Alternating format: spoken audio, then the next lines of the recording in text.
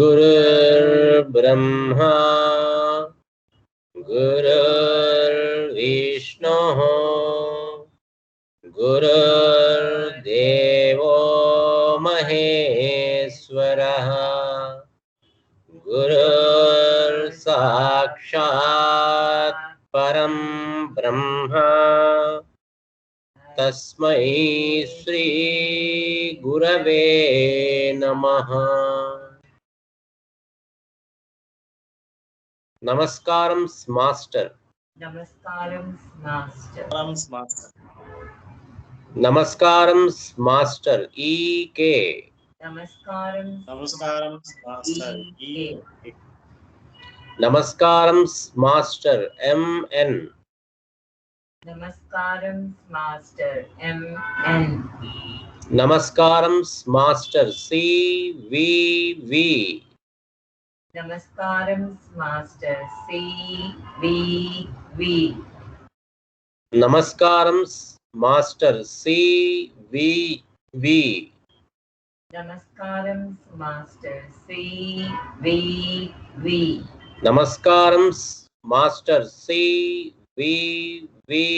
to your lotus feet. नमस्कारं master CVV. to your lotus feet.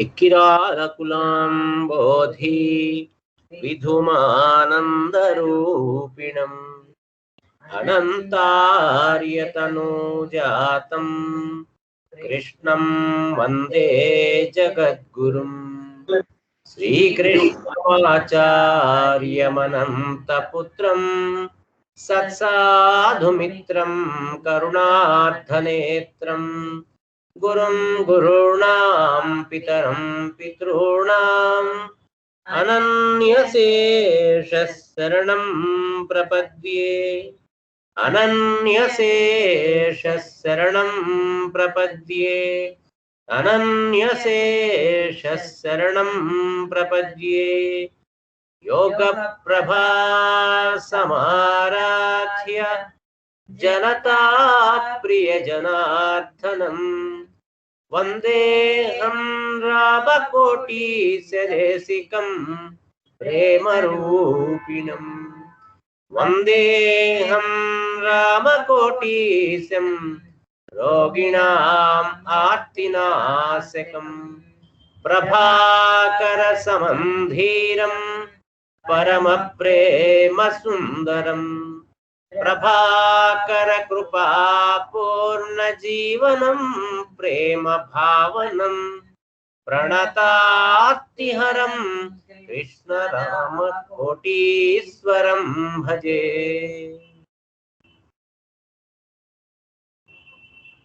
Sanno मित्रः सं वरुणः सन्नो भवद्वर्यमा सन्न इन्द्रो बृहस्पतिः सन्नो विष्णुरुक्रमः नमो ब्रह्मणे नमस्ते वायो त्वमेव प्रत्यक्षं ब्रह्मासि त्वामेव प्रत्यक्षं ब्रह्म वदिष्यामि ऋतं वदिष्यामि सत्यं वदिष्यामि తన్మామవతు తద్వక్తారమవతు అవతు మాం అవతు వక్తారం. ఓం శాంతి శాంతి శాంతి. వాసుదేవ వాసుదేవ వాసుదేవ వాసుదేవ వాసుదేవ. వాసుదేవ. అందరికీ నమస్కారం అండి.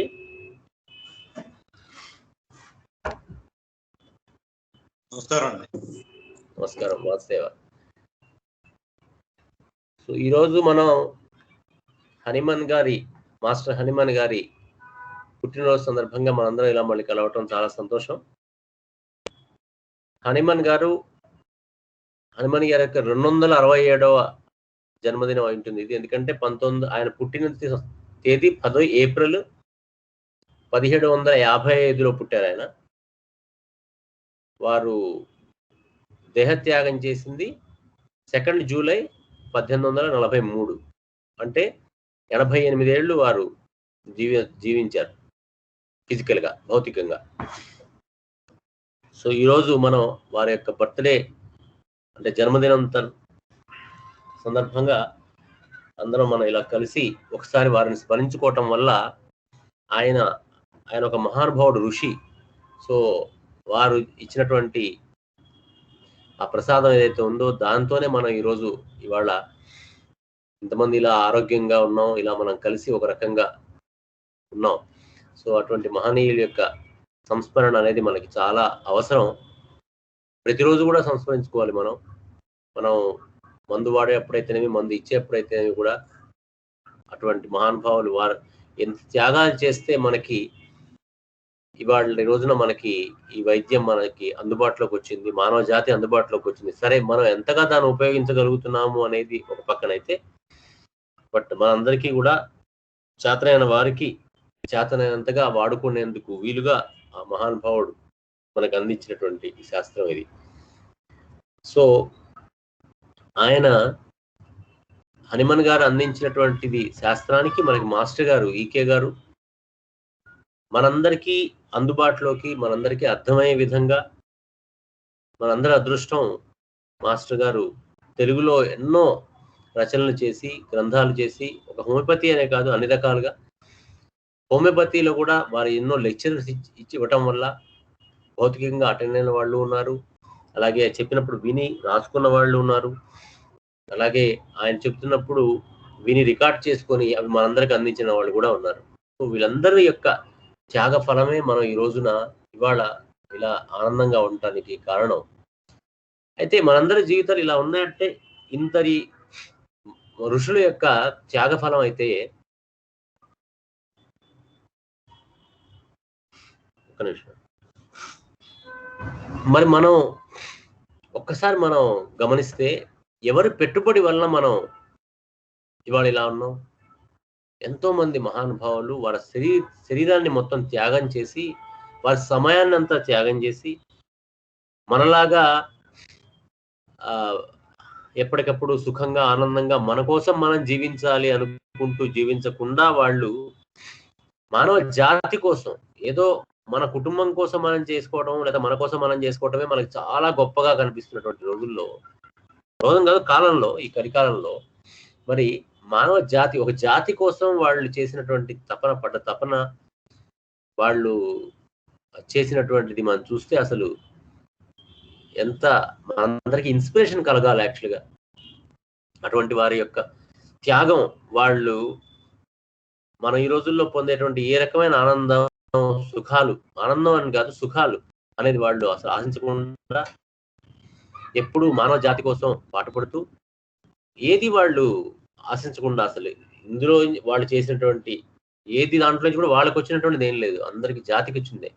సో అటువంటి వాళ్ళ మహానుభావాలు వాళ్ళ జీవితాలను పెట్టుబడిగా పెట్టి, వారి కుటుంబాలు కూడా వారికి సహకరించి, వారు ఏం చేస్తుంటే అది వారందరికీ సహకరించి వారికి చేసి వారితో పాటు ఈ యొక్క యజ్ఞార్థమైనటువంటి కర్మని చేయడానికి వీలుగా తోడ్పడేటువంటి కుటుంబాలు, వీళ్ళందరూ చేసినటువంటి త్యాగాల వల్ల వచ్చినటువంటి ఇవన్నీ మనకు వస్తే మనం అవన్నీ కూడా కన్సిడర్ చేయకుండా, అసలు అవి గుర్తే లేకుండా మనం ఏదో కళ్ళు నెత్తికెక్కినట్టుగా మనం జీవించడం, మన జీవితాన్ని గడుపుకోవడం చూస్తే చాలా బాధాకరంగాను, హాస్యాస్పదంగా అనిపిస్తుంటుంది అసలు. ఏమిటి మనిషి ఒక పెట్టుబడి, ఏ పెట్టుబడి నుంచి అయితే నువ్వు వచ్చావో ఎందుకు అక్కడి దాకా అక్కర్లే. చాలా మంది మహానుభావులు ఉన్నారు. తల్లిదండ్రులు వాళ్ళు ఎంతో కష్టపడి, వాళ్ళు ఎన్నో కలలు కని, ఈ పిల్లాడు ఇంత బాగుండాలి, వృద్ధిలోకి రావాలి, మనకంటే కూడా చాలా వృద్ధిలోకి రావాలి, మనకంటే కూడా చాలా గొప్పవాడవ్వాలి అని వాళ్ళు ఎంతో త్యాగం చేస్తూ వాళ్ళు మనం తీసుకొస్తే మరి మనం వాళ్ళ ఆశలకి తగ్గట్టుగా మనం ఎంతవరకు ఉంటున్నాం అనేది కూడా మనం క్వశ్చన్ చేసుకోవచ్చు ఒకసారి. కళ్ళెదురుగా ఉన్నటువంటి వాళ్ళనే మనం చేసుకోలేకపోతున్నాం. అలాంటిది ఈ మహానుభావులు ఒక జాతి కోసం వాళ్ళు చేశారు. సో అలాంటి వాళ్ళ యొక్క మందు వాడుతున్నప్పుడు కానీ, అలాంటి వాళ్ళ గురించి విన్నప్పుడు కానీ కనీసం మనలో వాళ్ళు ఎంత కష్టాలు పడి చేశారు దీన్ని, ఇది మనం తెలుసుకుని మనం మన మన జీవితానికి అదొక ఇన్స్పిరేషన్గా తీసుకోగలగాలి. తీసుకొని అందులో కొంత భాగం ఉన్నా సరే మన సమయాన్ని 10 మందికి పనికొచ్చేట్టుగా, 10 మందికి ఉపయోగపడే విధంగా మనకున్నటువంటి నాలెడ్జ్ కానీ, ఇంకోటి కానీ, మనకున్న సమయం కానీ అందరికి ఎంతమందికి మనకంటే మన వాళ్ళకంటే ఇంకా ఎంత దూరం వరకు కుదిరితే అంత దూరం వరకు ఉపయోగపడే విధంగా మనం జీవించగలిగితే అదే కదా వాళ్ళకి మనం ఇవ్వగలిగేటువంటి గురుదక్షిణ లాంటిది. దక్షిణ అని కూడా చెప్పాల్సిన లేదు, కానీ ఒక బాధ్యత అని చెప్పొచ్చు. మనం పొందిన ఆనందాన్ని, మనం పొందినటువంటి సుఖాలని 10 మందికి కూడా పంచడం అనేటువంటిది వాళ్ళకి ఇచ్చినటువంటి మనం. ఎందుకంటే వాళ్ళు మానవ జాతి అంతా బాగుండాలి, మానవ జాతి సుఖంగా ఉండాలని వాళ్ళు కోరికతో చేసినటువంటి శాస్త్రాలు ఇవన్నీ కూడా.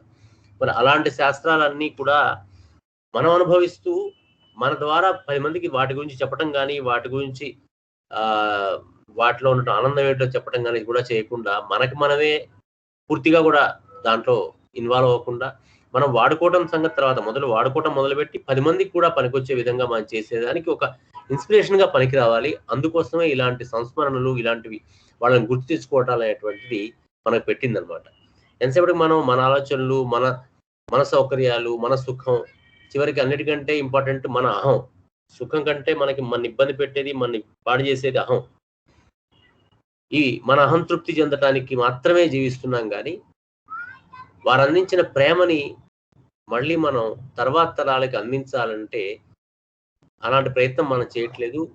మనలో అటువంటి ప్రేమ కావాలి, అలాంటి పరమ ప్రేమ కావాలి అంటే ఇలాంటి వారి యొక్క లక్షణాలు, వాళ్ళ యొక్క కథలు, వాళ్ళ గురించి తెలుసుకుంటే కొన్ని మనం ఆపాదింపదేసుకుంటే కూడా మనలో అలాంటి లక్షణాలు వచ్చే అవకాశం ఉంది. ఇలాంటి పెద్దలు మనకి ఎలా వస్తాయి, మనకి లక్షణాలు ఎలా మనకి అందుబాటులోకి వస్తాయి? దానికి చాలా మార్గాలు ఉన్నాయి. మాస్టర్ గారి యొక్క పద్ధతిలో మనం చూస్తుంటే చాలా మంది రోగం కోసంగా మాస్టర్ గారి దగ్గరికి వెళ్ళటం, ఆ వెళ్ళిన వాళ్ళు సరైపోయి తగ్గిపోయి హాయిగా ఉండి, అందులో కొంతమంది, వెళ్ళిన వాళ్ళందరూ కాదు, వెళ్ళిన వాళ్ళలో కొన్ని వేలలో ఒకడో ఇద్దరో వాళ్ళు కూడా ఆ సేవ నేను కూడా చేయాలనేటువంటి ఇన్స్పిరేషన్ పొంది వాళ్ళు సేవ చేయటం, దాన్ని ఇంకా కొంచెం పెంపొందింపజేసుకొని దాన్ని వేరే వాళ్ళకి అందించడం అనేటువంటి ఒక సంప్రదాయాన్ని వాళ్ళు కొంతమంది ముందు తీసుకొస్తున్నారు. అంటే మనం మన పెద్దలు ఇచ్చినటువంటి సంప్రదాయాన్ని పాటించుతూ కనుక పోతే ఆటోమేటిక్ గా మన జీవితం త్యాగమయమే అవుతుంది. ఎందుకంటే మనం త్యాగం నుంచే పుట్టుకొచ్చాం, త్యాగం నుంచే మనం పెరుగుతూ వచ్చాం. సో ఇటువంటి త్యాగధనులైనటువంటి వాళ్ళలో హనుమాన్ గారు చాలా చాలా ముఖ్యమైనటువంటి వారు. ఎందుకంటే మిగతా వారి జీవితాలు ఒక వైద్య శాస్త్ర పరంగా మనం ఆలోచిస్తే చాలా చాలా శాస్త్రాల్లో, చాలా వాటిల్లో వాళ్ళు అందించింది ఎలా ఉందంటే, ఆ ఇచ్చినటువంటి వైద్య విధానం ఎలా ఉందంటే, మందులు కానీ ఏ చుంచుల మీదో, ఎలకల మీదో, లేకపోతే పిల్లుల మీదో, ఇటువంటి జంతువుల మీద వాటిని ప్రయోగించేసి వాటి ఫలితాలను బట్టి మానవుడి మీద వాడటం అనేది జరుగుతోంది. కానీ హనుమాన్ లాంటి వాళ్ళు, మహానుభావులు, వీళ్ళు ఏం చేశారంటే ఆ ప్రతి ప్రయోగం కూడా మానవుడి మీదే, అంటే తన మీద తను మొదలు చేసుకొని అలాగే ముందుకు వచ్చినటువంటి వాళ్ళ యొక్క కుటుంబ సభ్యులైతేనేమి, శిష్యులైతేనేమి, ఫ్రెండ్స్ అయితేనేమి, వాళ్ళ మీద కూడా ఇలాంటి ప్రయోగం చేసి అప్పుడు ప్రూవ్ చేశారు ఈ మందులు. అది చాలా అన్నిటికంటే ముఖ్యమైన విషయం. అంటే మన ఇంట్లో వండుకున్నటువంటి వంట తినడానికే భయపడుతుంటాం. అలాంటిది ఒక కొత్త ప్రిన్సిపల్ ని కనిపెట్టి తను తిని దాని వల్ల ఎలా ఉంటుంది, ఎలా వస్తుంది, ఎలా ఉంటుంది, ఒక మానవ జాతికి నేను ఒక ఎగ్జాంపుల్ గా అవ్వాలి అనుకుని చేసిన వాళ్ళ యొక్క త్యాగం అసలు ఎంత ఆలోచించండి ఒకసారి. మనం కూడా ఊహించలేము. ఎదుటివారి కోసం చిన్న పని ఏదన్నా చేయటానికే మనం చాలా ఆయాసపడిపోతాం. ఎన్నో రకాలుగా ఆలోచిస్తాం. దీనివల్ల నాకేం వస్తుంది, నాకేం మిగులుతుంది, ఇది చేస్తే అని ఆలోచించేటువంటి మనకి అసలు వాళ్ళకి పోలిక అసలు ఏమన్నా ఉందా అండి? ఏదో కెమికల్ని వాళ్ళ శరీరం మీద అప్లై చేసుకోవడం అంటే అది తిన్న తర్వాత వాళ్ళు ఉంటారో లేదో కూడా తెలియదు. అటువంటి త్యాగాలు వాళ్ళు చేసి అందించినటువంటి శాస్త్రం ఇది. హనుమాన్ గారు పర్టికులర్ గా అలా అందించారు. ఎందుకంటే ఆయన ఎందుకు అలా అన్నారంటే, ఎందుకు అలా చేశారంటే, ఉదాహరణకి కొన్ని హెర్బ్సే తీసుకుందాం. హెర్బ్స్ అంటే కొన్ని ప్లాంట్స్ ఉంటాయి అనుకుందాం. ఆ ప్లాంట్స్ లో కొన్ని మానవుడికి విషంగా పరిగణించేటువంటి కొన్ని హెర్బ్స్ కొన్ని జంతువులకి హాయిగా ఆహారంగా ఉంటున్నాయి.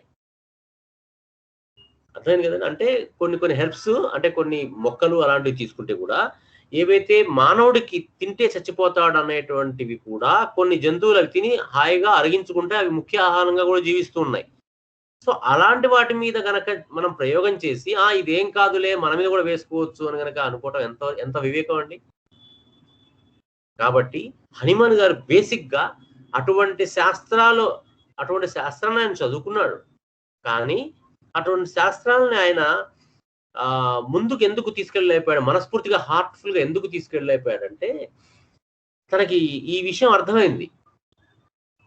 ఒక హెర్బ్ కానీ ఒక కెమికల్ కానీ ఏదైతే మానవుడికి విషమవుతుందో, చంపేస్తుందో, అదే ఇంకో దానికి ఆహారం అయినప్పుడు అటువంటి దాని మీద ప్రయోగించి బానే ఉంది కాబట్టి అది మానవుడు కూడా తినొచ్చు అనుకోవడం అనేది ఎంతవరకు కరెక్ట్ అనేది ఆయనకు అనిపించింది.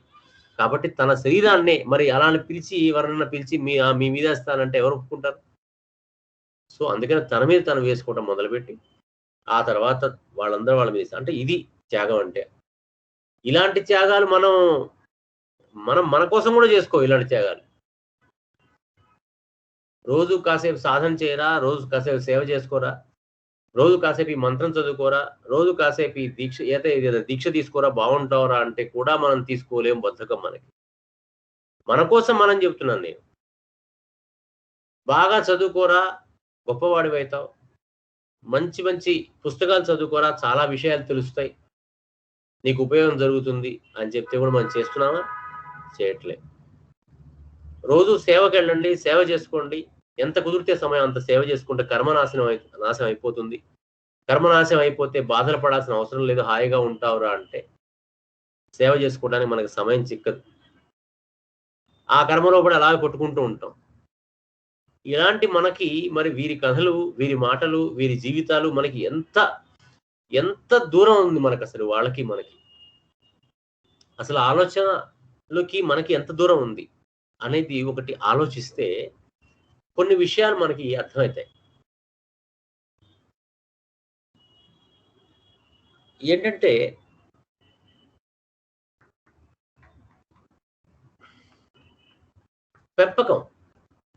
పిల్లల పెంపకంలో, ఎందుకంటే మరి మనందరం కూడా కొంతమంది అంటే మన సమాజంలో కానీ తల్లిదండ్రులు కానివ్వండి, సమాజం, స్కూల్ అనండి, విద్యాలయం అనండి, వీళ్ళందరి యొక్క ప్రభావంతో పెరుగుతున్నాం కదా. సో ఇలా మన పిల్లలు అవుతున్నారు లేకపోతే మనం అయ్యాము అని అంటే కొంత కారణం 70% కారణం మనమే ఉంటామండి, అందులో డౌట్ లేదు. 70% కారణం మన మీద మనమే ఆపాదించుకోవాలి. కానీ కనీసానికి ఒక 30% కారణం అన్నా సరే మన తల్లిదండ్రులు కానివ్వండి, మన చుట్టూ ఉన్న సమాజం అనండి, మనం ఎవరైతే పెద్దలు అనుకుంటున్నామో వాళ్ళనండి, మన విద్యాలయం అనండి, విద్యా విధానం అనండి, వాటి బాధ్యత కూడా తప్పకుండా ఉండుంటుంది దీంట్లో. సో అందుకనే మనం ఇలాంటి త్యాగమయుల వల్లే మనం అవ్వాలి, మన జీవితం కూడా సార్థకం ఇలా అవ్వాలి అంటే కొంత మనం అవుట్ ఆఫ్ ద బాక్స్ ఆలోచించాల్సిన అవసరం ఉన్నది. ఇది ముఖ్యమైనటువంటిది, మనం నేర్చుకోవాల్సినటువంటిది హనుమాన్ గారి లాంటి వాళ్ళ జీవితం నుంచి కానీ, మరి మాస్టర్ ఈకే గారు లాంటి వాడి జీవితం నుంచి కానీ. హనుమాన్ గారి గురించి చూస్తే మీరు చూడండి, ఎందుకు ఇక్కడ out of the box thinking ఉందంటే, ఆయన అలోపతి వైద్యం నేర్చుకున్నారు. హాయిగా ప్రాక్టీస్ చేసుకుంటూ డబ్బు సంపాదించుకొని హాయిగా డబ్బు సంపాదించుకోవడం వదిలిపెడతారు. 10 మందికి సేవ చేసుకుంటూ అనేసి చాలా గొప్ప పేరు తెచ్చుకొని ఉండొచ్చు కాక. కానీ ఆయనలో ఒక బీజం ఎక్కడో వేయపడింది. ఏమిటది? Out of the box thinking అంటామే. అంటే ఈ కనపడేదే కాకుండా దాని వెనక ఏముంది, దానికి కారణం ఏమిటి, దాని మూలభూతమైనటువంటిది ఏమిటి అని చెప్పాలి, కనుక్కోవాలి అనేటువంటి ఒక బీజం తనలో వేయపడదు. అలాగే మనం మాస్టర్ గారి జీవితం చూస్తే ఆయన తెలుగు లెక్చరర్, సంస్కృత పండిత్, తెలుగు లెక్చరర్ ఆయన. ఆయనకెందుకు అవుట్ ఆఫ్ ద బాక్స్ అన్నా, దీని అసలు బియాండ్ ద బాక్స్, అసలు ఊహించనే లేము. మరి ఎందుకు అలా చేయగలిగారు అనేది చాలా ముఖ్యం. ఇక్కడ మనం నేర్చుకోవాల్సిన ఇవి.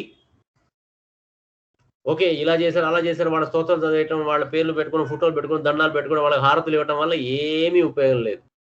ఓకే, అదొక ఆనందం, కృతజ్ఞతతో మనం చేస్తున్నాం వేరే, కానీ వాళ్ళు ఆశించింది అది కాదు. వాళ్ళేం ఆశించలేదు, కానీ వాళ్ళు ఆనందపడేది మాత్రం అది కాదు. ఏమిటి అంటే ఎక్కడో వాళ్ళలో ఒక బీజం పడ్డది. ఇది మనం గమనించాలి. ఆ బీజం లోపల ఉంది. ఈ సొసైటీ, మనందరం ఉన్న సొసైటీలో వాళ్ళు ఉంటున్నారు. కానీ ఈ సొసైటీలో నాకు కావాల్సినటువంటిది, నా ఆలోచనకు తగ్గనటువంటిది, సమాజానికి సరిపడినటువంటిది, సృష్టికి సరిపడినటువంటిది, సృష్టి కోసంగా పనికొచ్చేటువంటి పనులు చాలా తక్కువ జరుగుతున్నాయి. ఇవి కాకుండా ఇంకా ఏదో మనం చేయవలసింది ఉంది అనేటువంటి ఒక బీజం వాళ్ళలో ఎక్కడో చిన్నప్పుడే వేయపడింది. అలాగే హనుమాన్ గారి జీవితంలో కూడా ఉన్నది, మాస్టర్ గారి జీవితంలో కూడా ఉంది. చాలా ఆశ్చర్యకరమైనటువంటి విషయం ఏంటంటే, ఇందులో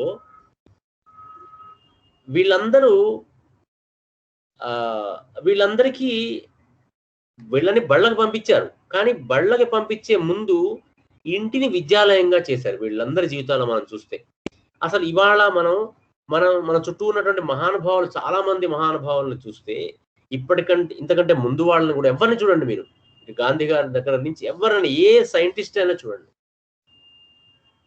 ఎవ్వరు కూడా ఇలాగే పుస్తకాల పురుగులయ్యో, ఒక కళ్ళ గంతలు కట్టినట్టుగా దీనికి మాత్రమే వాళ్ళ జీవితాల్ని ఇది పరంగా పెట్టేసి ఉన్న వాళ్ళు కాదండి వీళ్ళందరూ కూడా అది కాకుండా అందులో ఉంటూనే దానికంటే పక్కన ఇంకా ఏదో చేసినటువంటి వాళ్ళు మాత్రమే ఇలా మహానుభావులు అవ్వగలిగారు. కానీ ఎవ్వరు కూడా ఇదే ఒకే ఒక రైలు డబ్బా లాంటి ప్రయాణంలో చేస్తున్నట్టు, ఒక డబ్బా వెనక వెళ్తున్నటువంటి వాళ్ళు ఎవ్వరూ కూడా ఇలా అయిన వాళ్ళు మనం చూడం.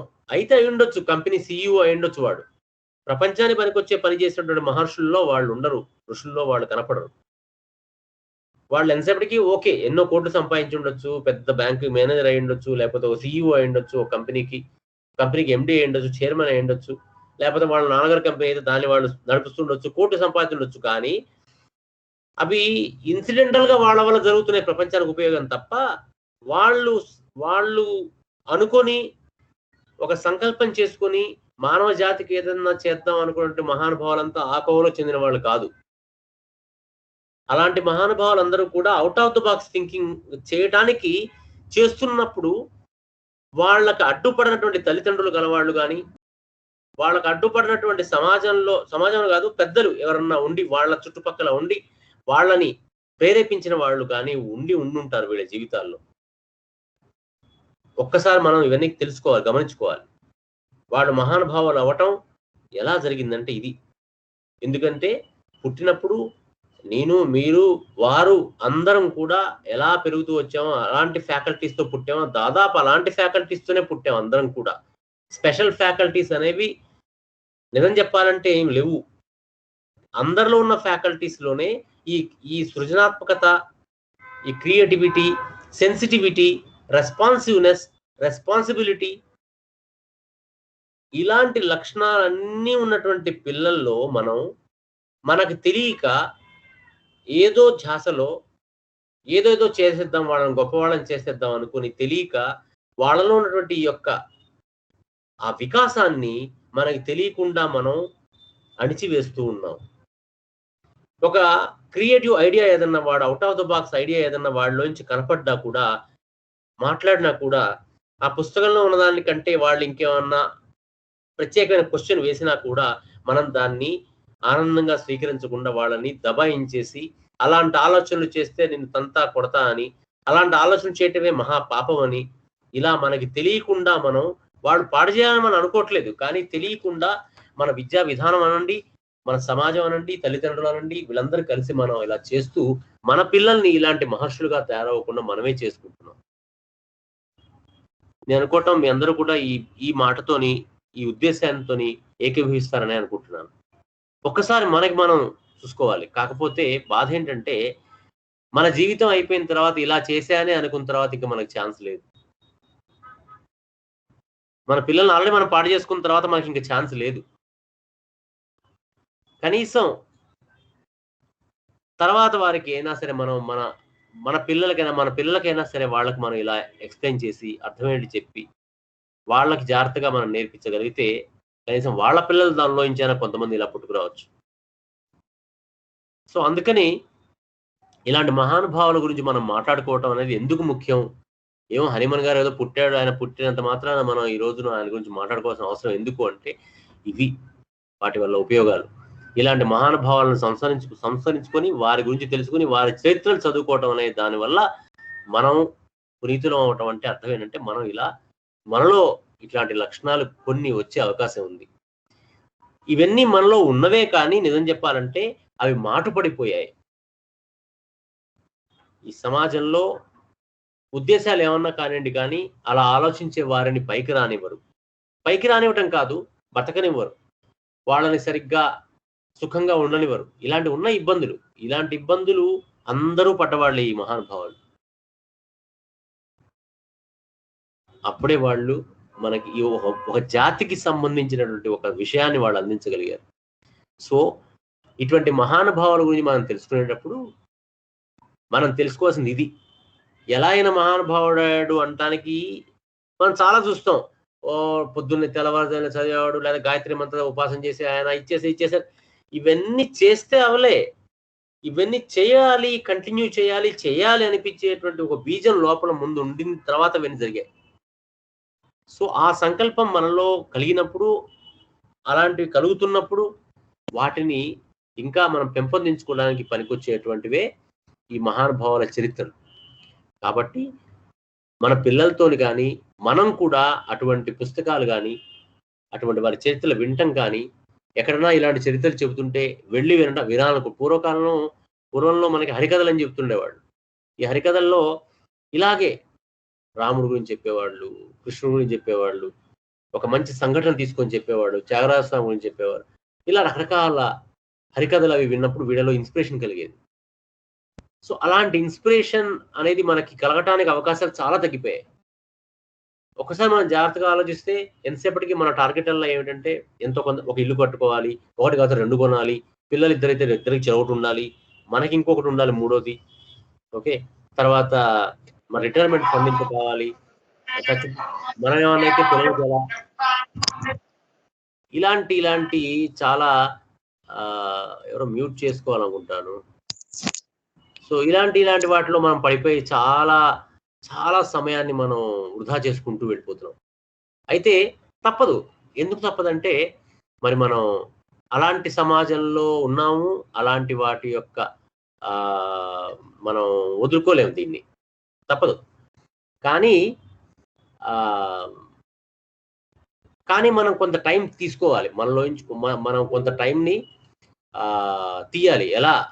ఎలా అనేదానికి మన రోజు మనకున్నటువంటి యొక్క సమయంలో మనం ఉన్నటువంటి రెగ్యులర్ సమయం ఏదైతే మనకుందో అటువంటి సమయంలోంచే కొంత సమయాన్ని మనం తీసి ఇటువంటి ఆలోచన కోసంగా ఉపయోగించుకోవాలి. అందుకనే ఈ ఆలోచన చేసుకోవడానికి మనకి రెగ్యులర్గా ఆఫీసులో కూర్చొని ఆలోచించుకుంటామంటే సమయం సరిపోదు.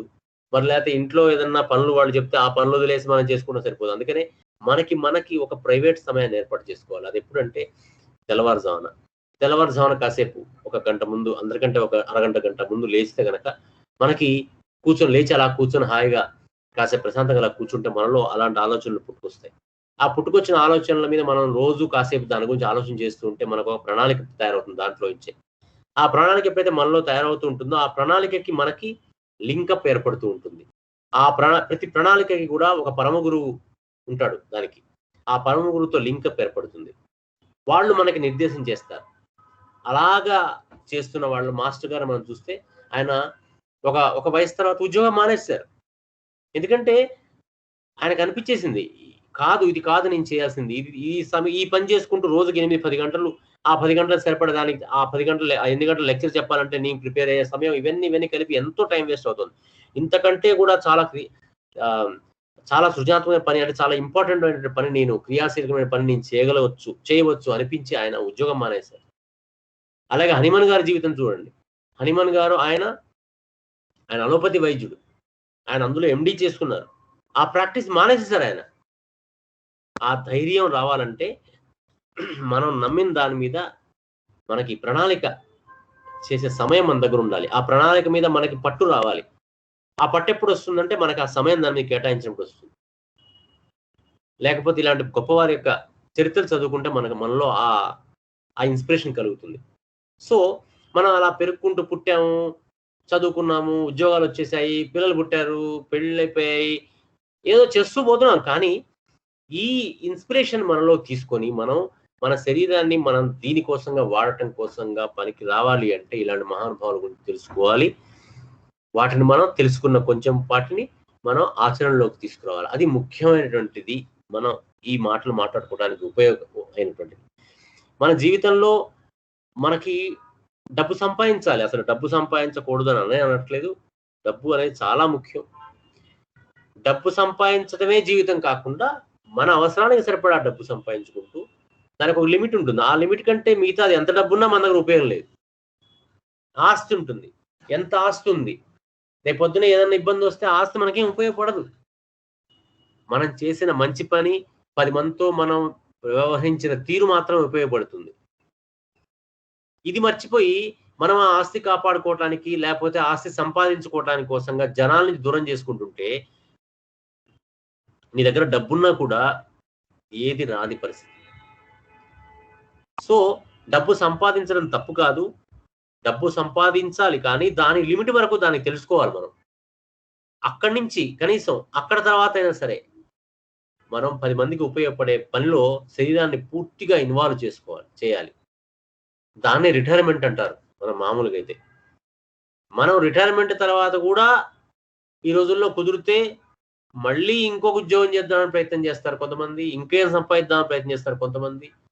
తప్ప కనీసం ఈ రిటైర్మెంట్ అయిన తర్వాత అయినా సరే 60 ఏళ్ళకి కావచ్చు, 55 ఏళ్ళకి కావచ్చు, 58 ఏళ్ళకి కావచ్చు, 65 ఏళ్ళకి కావచ్చు, ఏదైనా సరే ఆ సమయం తర్వాత అయినా సరే, అంటే ఇక్కడ తప్పుగా అర్థం చేసుకోవద్దు. 65 ఏళ్ల వరకు కూడా అడదిడ్డంగా జీవించేసేమని కాదు అసలు అనటం. మాస్టర్ గారు ఎప్పుడు అలా చెప్పలే.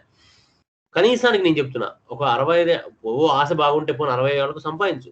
ఆ తర్వాత 60 నుంచి అయినా సరే డబ్బు విలువ ఎంతవరకు నీకు ఇంత సంపాదించేసుకున్నావు అదో పక్కన పెట్టే, ఎప్పుడు కొనడం నీకు వస్తుంది. కనీసం శరీరాన్ని 10 మందికి ఉపయోగించడం మొదలుపెట్టు. మనం అప్పటికీ చేయట్లే. వాళ్ళు పుట్టినరోజు నుంచి చేయటం మొదలు పెడితే, పుట్టినంటే పుట్టంగానే కాదు, పుట్టి ఎరిగి బుద్ధి ఎరిగినప్పటి నుంచి చేయటం మొదలు పెడితే మనకు ఆ బుద్ధి ఎప్పుడు వస్తుంది మరి? ఇలా గనక మనం కొంతమంది మనలో అయినా సరే, ఆడ కావచ్చు మగ కావచ్చు ఎవరైనా సరే, కొంతమంది అయినా మనం ఇలా అనుకోని గనక మనం గనక కొంత చేయటం స్టార్ట్ చేస్తే మన వల్ల చుట్టుపక్కల ఉన్న వారికి ఎంత ఆనందం కలుగుతుంది. మన వల్ల ఆనందం పొందినవాడు ఎప్పుడన్నా మన మీద మనకి హాని తెలపగలుగుతాడా?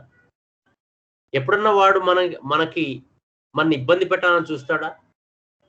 లేదు. మనం అసలు ఇబ్బందులు లేకుండా జీవించడం కోసంగా డబ్బు సంపాదించుకుంటున్నాం, కానీ ఆ డబ్బు వల్ల ఈ ఇబ్బందులు లేని జీవితం రాదు. మన వ్యవహారం వల్ల వస్తుంది ఇబ్బంది ఉన్నదా లేదా అనేటువంటి. కాబట్టి మనకున్న సమయాన్ని 10 మందిని ఆనందపెట్టడం కోసంగా వ్యవహారం గనక ఉంచుకున్నట్లయితే అసలు ఇబ్బందులే లేకుండా ఉంటే నువ్వు సంపాదించిన డబ్బులు రూపాయి ఖర్చు పెట్టకుండా నువ్వు జీవించేస్తావు. సో ఈ చిన్న లాజిక్ మనం మిస్ అయిపోతుంటాం అనమాట. ఇదే కాదు, ఈ మన మహానుభావుల జీవితాల నుంచి తీసుకోవాల్సి ఇది కాదు, కానీ ఇంతకంటే చాలా ఉత్కృష్టమైనటువంటిది అది. కానీ కనీసం ఇంతవరకన్నా మనం ఆలోచించాలి అని చెప్పాలనిపించింది, అందుకని అన్నాను మీతో అన్నమాట. సో ఇలాంటి మహానుభావుల గురించి మనం తెలుసుకోవడానికి కొంచెం ముందుకెళ్ళి హనుమాన్ గారి గురించి అసలు అయితే ఒక చిన్న విషయం నాకు ఇక్కడ చాలా అంటే హనుమాన్ గారి గురించి చదువుతున్నప్పుడు విన్నప్పుడు చాలా గొప్పగా ఆనందం అనిపించింది. ఏంటి తెలుసా? హనుమాన్ గారికి చిన్నప్పటి నుంచి వాళ్ళ నాన్నగారు ఏం చెప్పేవాడంటే ఆయన క్లియర్‌గా అంటే హనుమాన్ గారి నాన్నగారు ఆయన ఒక చిన్న పెయింటర్. పెయింటర్ అంటే వాళ్ళ ఫ్యామిలీ పెయింటర్. వాళ్ళ తాతగారు కూడా పెయింటరే. ఈయన కూడా పెయింటర్ అన్నమాట. ఎలా అంటే పెయింటింగ్ ఈ పోర్సిలిన్ కప్‌లా ఉంటది చూసారా? పోర్సిలిన్ కప్స్, డిషెస్ అవి బాగా వాడుతుంటారు వేరే కంట్రీస్‌లో. అంటే పూర్వం నుంచి కూడా. మనం తర్వాత ఇప్పుడిప్పుడు మనం కొంత కొంత వాడుతున్నాం. బట్ పూర్వం నుంచి కూడా అక్కడ చాలా ఎక్కువ వాడుతుండేవాళ్ళు. ఎందుకంటే లోహం కంటే వాళ్ళు అది ఎక్కువ వాడుతుండేవాళ్ళు. మరి కారణం ఐడియా లేదు. అక్కడ దొరుకుతుండేదేమో ఆ యొక్క రా మెటీరియల్. సో వాటి మీద పోర్సిలిన్ మీద పెయింట్ ఏయడం అనేది ఒక కళ. ఆ కళ ఆయనకి ఉందన్నమాట వాళ్ళ ఫాదర్‌కి. దాని మీద ఆయన చేస్తూ ఉండేవాడు. ఆయన అంటే మనలాగా ఏదో ఐఏఎస్ చేసాడో, ఇంకో గొప్ప చదువుకున్న ఆయన కాదక్కడ. చదువుకోవడం అంటే పుస్తక పురుగు కాదు. ఆయన చేతిలో ఆర్ట్ ఉన్న వ్యక్తి. జీవితం అంటే ఏంటో తెలిసిన వ్యక్తి. ఆయన ఎప్పుడూ కూడా హనుమాన్ గారికి చెప్తుండేవాట. Don't try to pretend or display your wealth or luxury or don't show off అని చెప్తుండేవాడు. అంటే నీ జీవితం ఎప్పుడు కూడా సింపుల్ గా ఉంచుకోవడానికి ప్రయత్నం చెయ్యి, షో ఆఫ్ లేకుండా అని చెప్పేవాళ్ళు చిన్నప్పటి నుంచి కూడా ఆయనకి. ఇంకొకటి నీకు ఇంకా ఏం చెప్పేవారంటే ఇవన్నీ ఎలా ఉంటాయంటే మనం వింటుంటే మాస్టర్ గారు మనకి గోల్డెన్ స్టేర్స్ అని చెప్తుంటారు కదా, సువర్ణ సోపానాలని. అందులో నుంచి కొన్ని విషయాలు ఈయనకి చెబుతున్నాడు అనిపిస్తుంటుంది అనమాట ఆయన.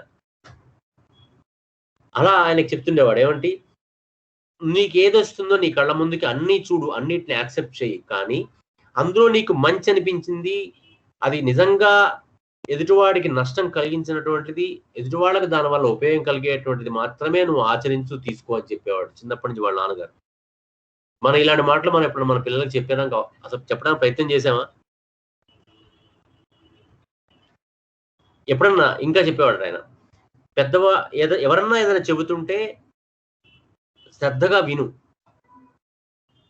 కానీ don't be a passive listener అని చెప్పేవాడు. అంటే ప్యాసివ్ అంటే చెప్పినల్లా విను అని చెప్పలే ఆయన. మళ్ళీ చెబుతున్నప్పుడు విను, విన్న తర్వాత నీకు ఏ సందేహం కలిగినా వారినైనా అడుగు, లేకపోతే ఆ సందేహం తీరేదాకా ఎటువంటి రీసెర్చ్ కావాలో, ఎటువంటి పుస్తకాలు చదవాలో, ఎటువంటి తపన పడాలో, ఎటువంటి తపస్సు చేయాలో చేయమని చెప్పేవాడు. ఎవరికి ఎప్పుడు హనుమాన్ గారు పెద్ద ఎంత విషయం కాదు నేను చెప్పేది, ఆయన చిన్న వయసులోనే చెప్తున్నటువంటివి. ఏ పని చేస్తున్నా పట్టుదలతో చెయ్యి, కానీ నువ్వు అనుకున్నది సాధించేదాకా దాన్ని వదిలిపెట్టకు అని చెప్పేవాడు. ఇది ఒకటి మనం కొంత చెబుతూ ఉంటాం. ఏమని చెబుతుంటాం అంటే ఫస్ట్ ర్యాంక్ వచ్చేదాకా వదిలిపెట్టకు అని చెప్తాం అంతే. ఆయన అలా చెప్పలే, ఆయనకి బ్రాడర్ సెన్స్ లో చెప్పారు ఆయన. ఇంకా ఒకటి చెప్పేవాట, ఈ సృష్టి ధర్మాలకి వ్యతిరేకమైనటువంటి పనులు ఏది కూడా చేయకని చెప్పేవారు. ఈ సృష్టి ధర్మాలలో ఉన్నటువంటి యొక్క సునిశ్చితత్వాన్ని అర్థం చేసుకొని దాంట్లో ఉన్నటువంటి దాంట్లో చెప్పినటువంటి దానికి దోహదం చేసే విధమైనటువంటి పనులు మాత్రమే నువ్వు చేయాలి అని చెప్తున్నారట. ఇవన్నీ ఆయనకి చిన్నప్పటి నుంచి కూడా అలాంటి విషయాలన్నీ చెప్తూ హనుమాన్ గారిని పెంచారు ఆయన.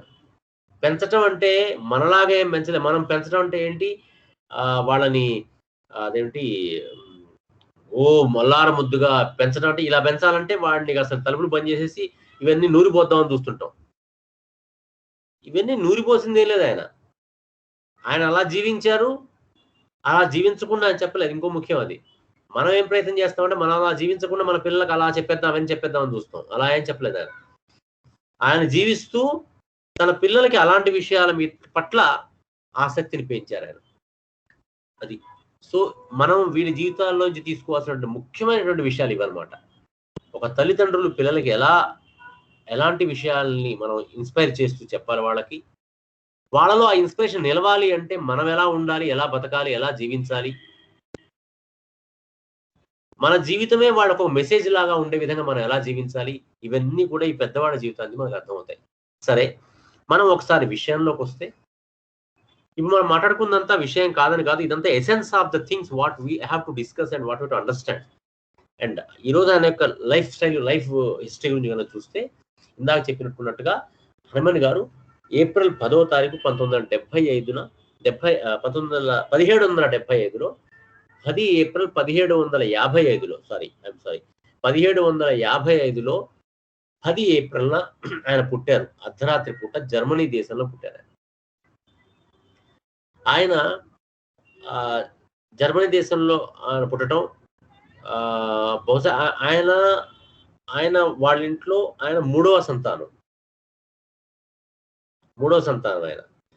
వాళ్ళ తండ్రి గారి పేరు, వీరి పేరు తెలిసిందే కదా మనకి, హనిమన్ అనేటువంటి వాళ్ళ ఇంటి పేరు అనమాట. హనిమన్ అనేటువంటి వాళ్ళ ఇంటి పేరు శామ్యూల్ ఫెడరిక్ హనిమన్ వీరి పేరు. అయితే హనిమన్ గారి తండ్రి పేరు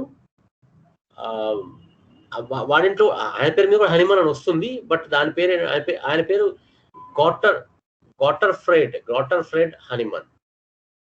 గాట్ఫ్రైడ్ హనుమన్. ఓకే, ఆ పేర్లు మనకు అంతగా పలకపోయినా పర్వాలేదు కానీ అట్లా. సో ఇలా ఆయన గాట్ఫ్రైడ్ హనుమన్ అని ఆయన పెయింటర్ ఒక పోర్సిలైన్ ఫ్యాక్టరీలో. సో ఆయన కూడా చూడండి, ఆయన ఏదో గొప్ప చదువుకున్నాను కాదు, ఆయన ఒక బుక్ కూడా రాశారు. అంటే ఈ మనం ఒక ఏదైనా రాసి సబ్మిట్ చేయాలి ఏదైనా ఎవరికైనా చేయాలంటే పెద్ద శాస్త్రాలు చదువుకొని చేయాల్సిన పనిలే. మనం చేస్తున్న పని మీద మనకున్నటువంటి పట్టు అనేటువంటిది చెప్తుంది అనమాట. సో ఆయన వాటర్ కలర్ పెయింటింగ్ అనే దాని మీద ఒక బుక్ కూడా రాశారట ఆ రోజుల్లో ఆయన. సో ఇలా హనిమన్ గారి యొక్క తండ్రి గారు అనమాట. అలాగే వారి తాతగారు, హనిమన్ గారి తాతగారి పేరు క్రిస్టోఫ్ హనిమనో అంటారు ఆయన్ని. క్రిస్టోఫ్ హనిమన్ అనుకుంటారు, జర్మన్ పేరు. సో ఆయన కూడా పెయింటర్ అనమాట. హనిమన్ గారికి మొత్తం ఈయన మూడో సంతానం. హనిమన్ గారికి మొత్తం నలుగురు అన్నదమ్ములు ఉన్నారు వాళ్ళకి. ఈయనగా ఇంకో ముగ్గురు. హనిమన్ గారికి బహుశా 10 మంది పిల్లలని నాకు గుర్తు ఎగ్జాక్ట్ చెప్పారంటే, అది మనకి పెద్ద టాపిక్ ఇంపార్టెంట్ కదా, దాదాపు 10 మంది పిల్లలు ఆయనకి. సో హనిమన్ గారి యొక్క లైఫ్ లో మనం తీసుకోవాల్సిన పాయింట్స్ ఏంటంటే, ఆయన చిన్నప్పుడు అయితే వాళ్ళ నాన్నగారు ఇట్లా ఇన్స్పైర్ చేసేవారు. చదువుకోమనేవారు, చేయమనేవారు, కానీ చదువే లోకంగా ఉండొద్దు నువ్వు, ఆయన వీలైనంత ఒక లెవెల్ వరకు చదువుతాం, ప్రైమరీ స్కూల్ వరకు చదువుతాం అనుకున్నారు ఆయన్ని. ఆ తర్వాత ఆయనకి చేతి విద్యలు నేర్పించేసి తను కూడా పెయింటర్ కానీ లేకపోతే ఇంకేదైనా పనిలో కానీ పెడితే తను కూడా సంపాదిస్తాడు, ఫ్యామిలీకి పనికి వస్తుంది అనేటువంటిది ఆయనకు ఒక ఆలోచన ఉండేది వాళ్ళ నాన్నగారికి.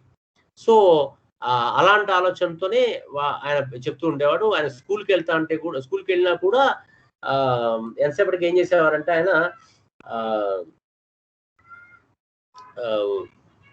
ఎక్కువ సమయాన్ని స్కూల్ స్పెండ్ చేయడం అదంతా ఇష్టం.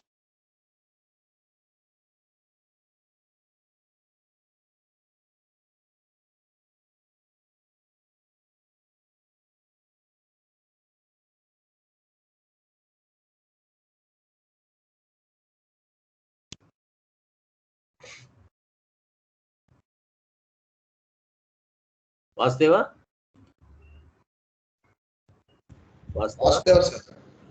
అంటే మీటింగ్ లో రిమూవ్ అని వచ్చింది, అందువల్ల మళ్ళీ జాయిన్ అయ్యాను.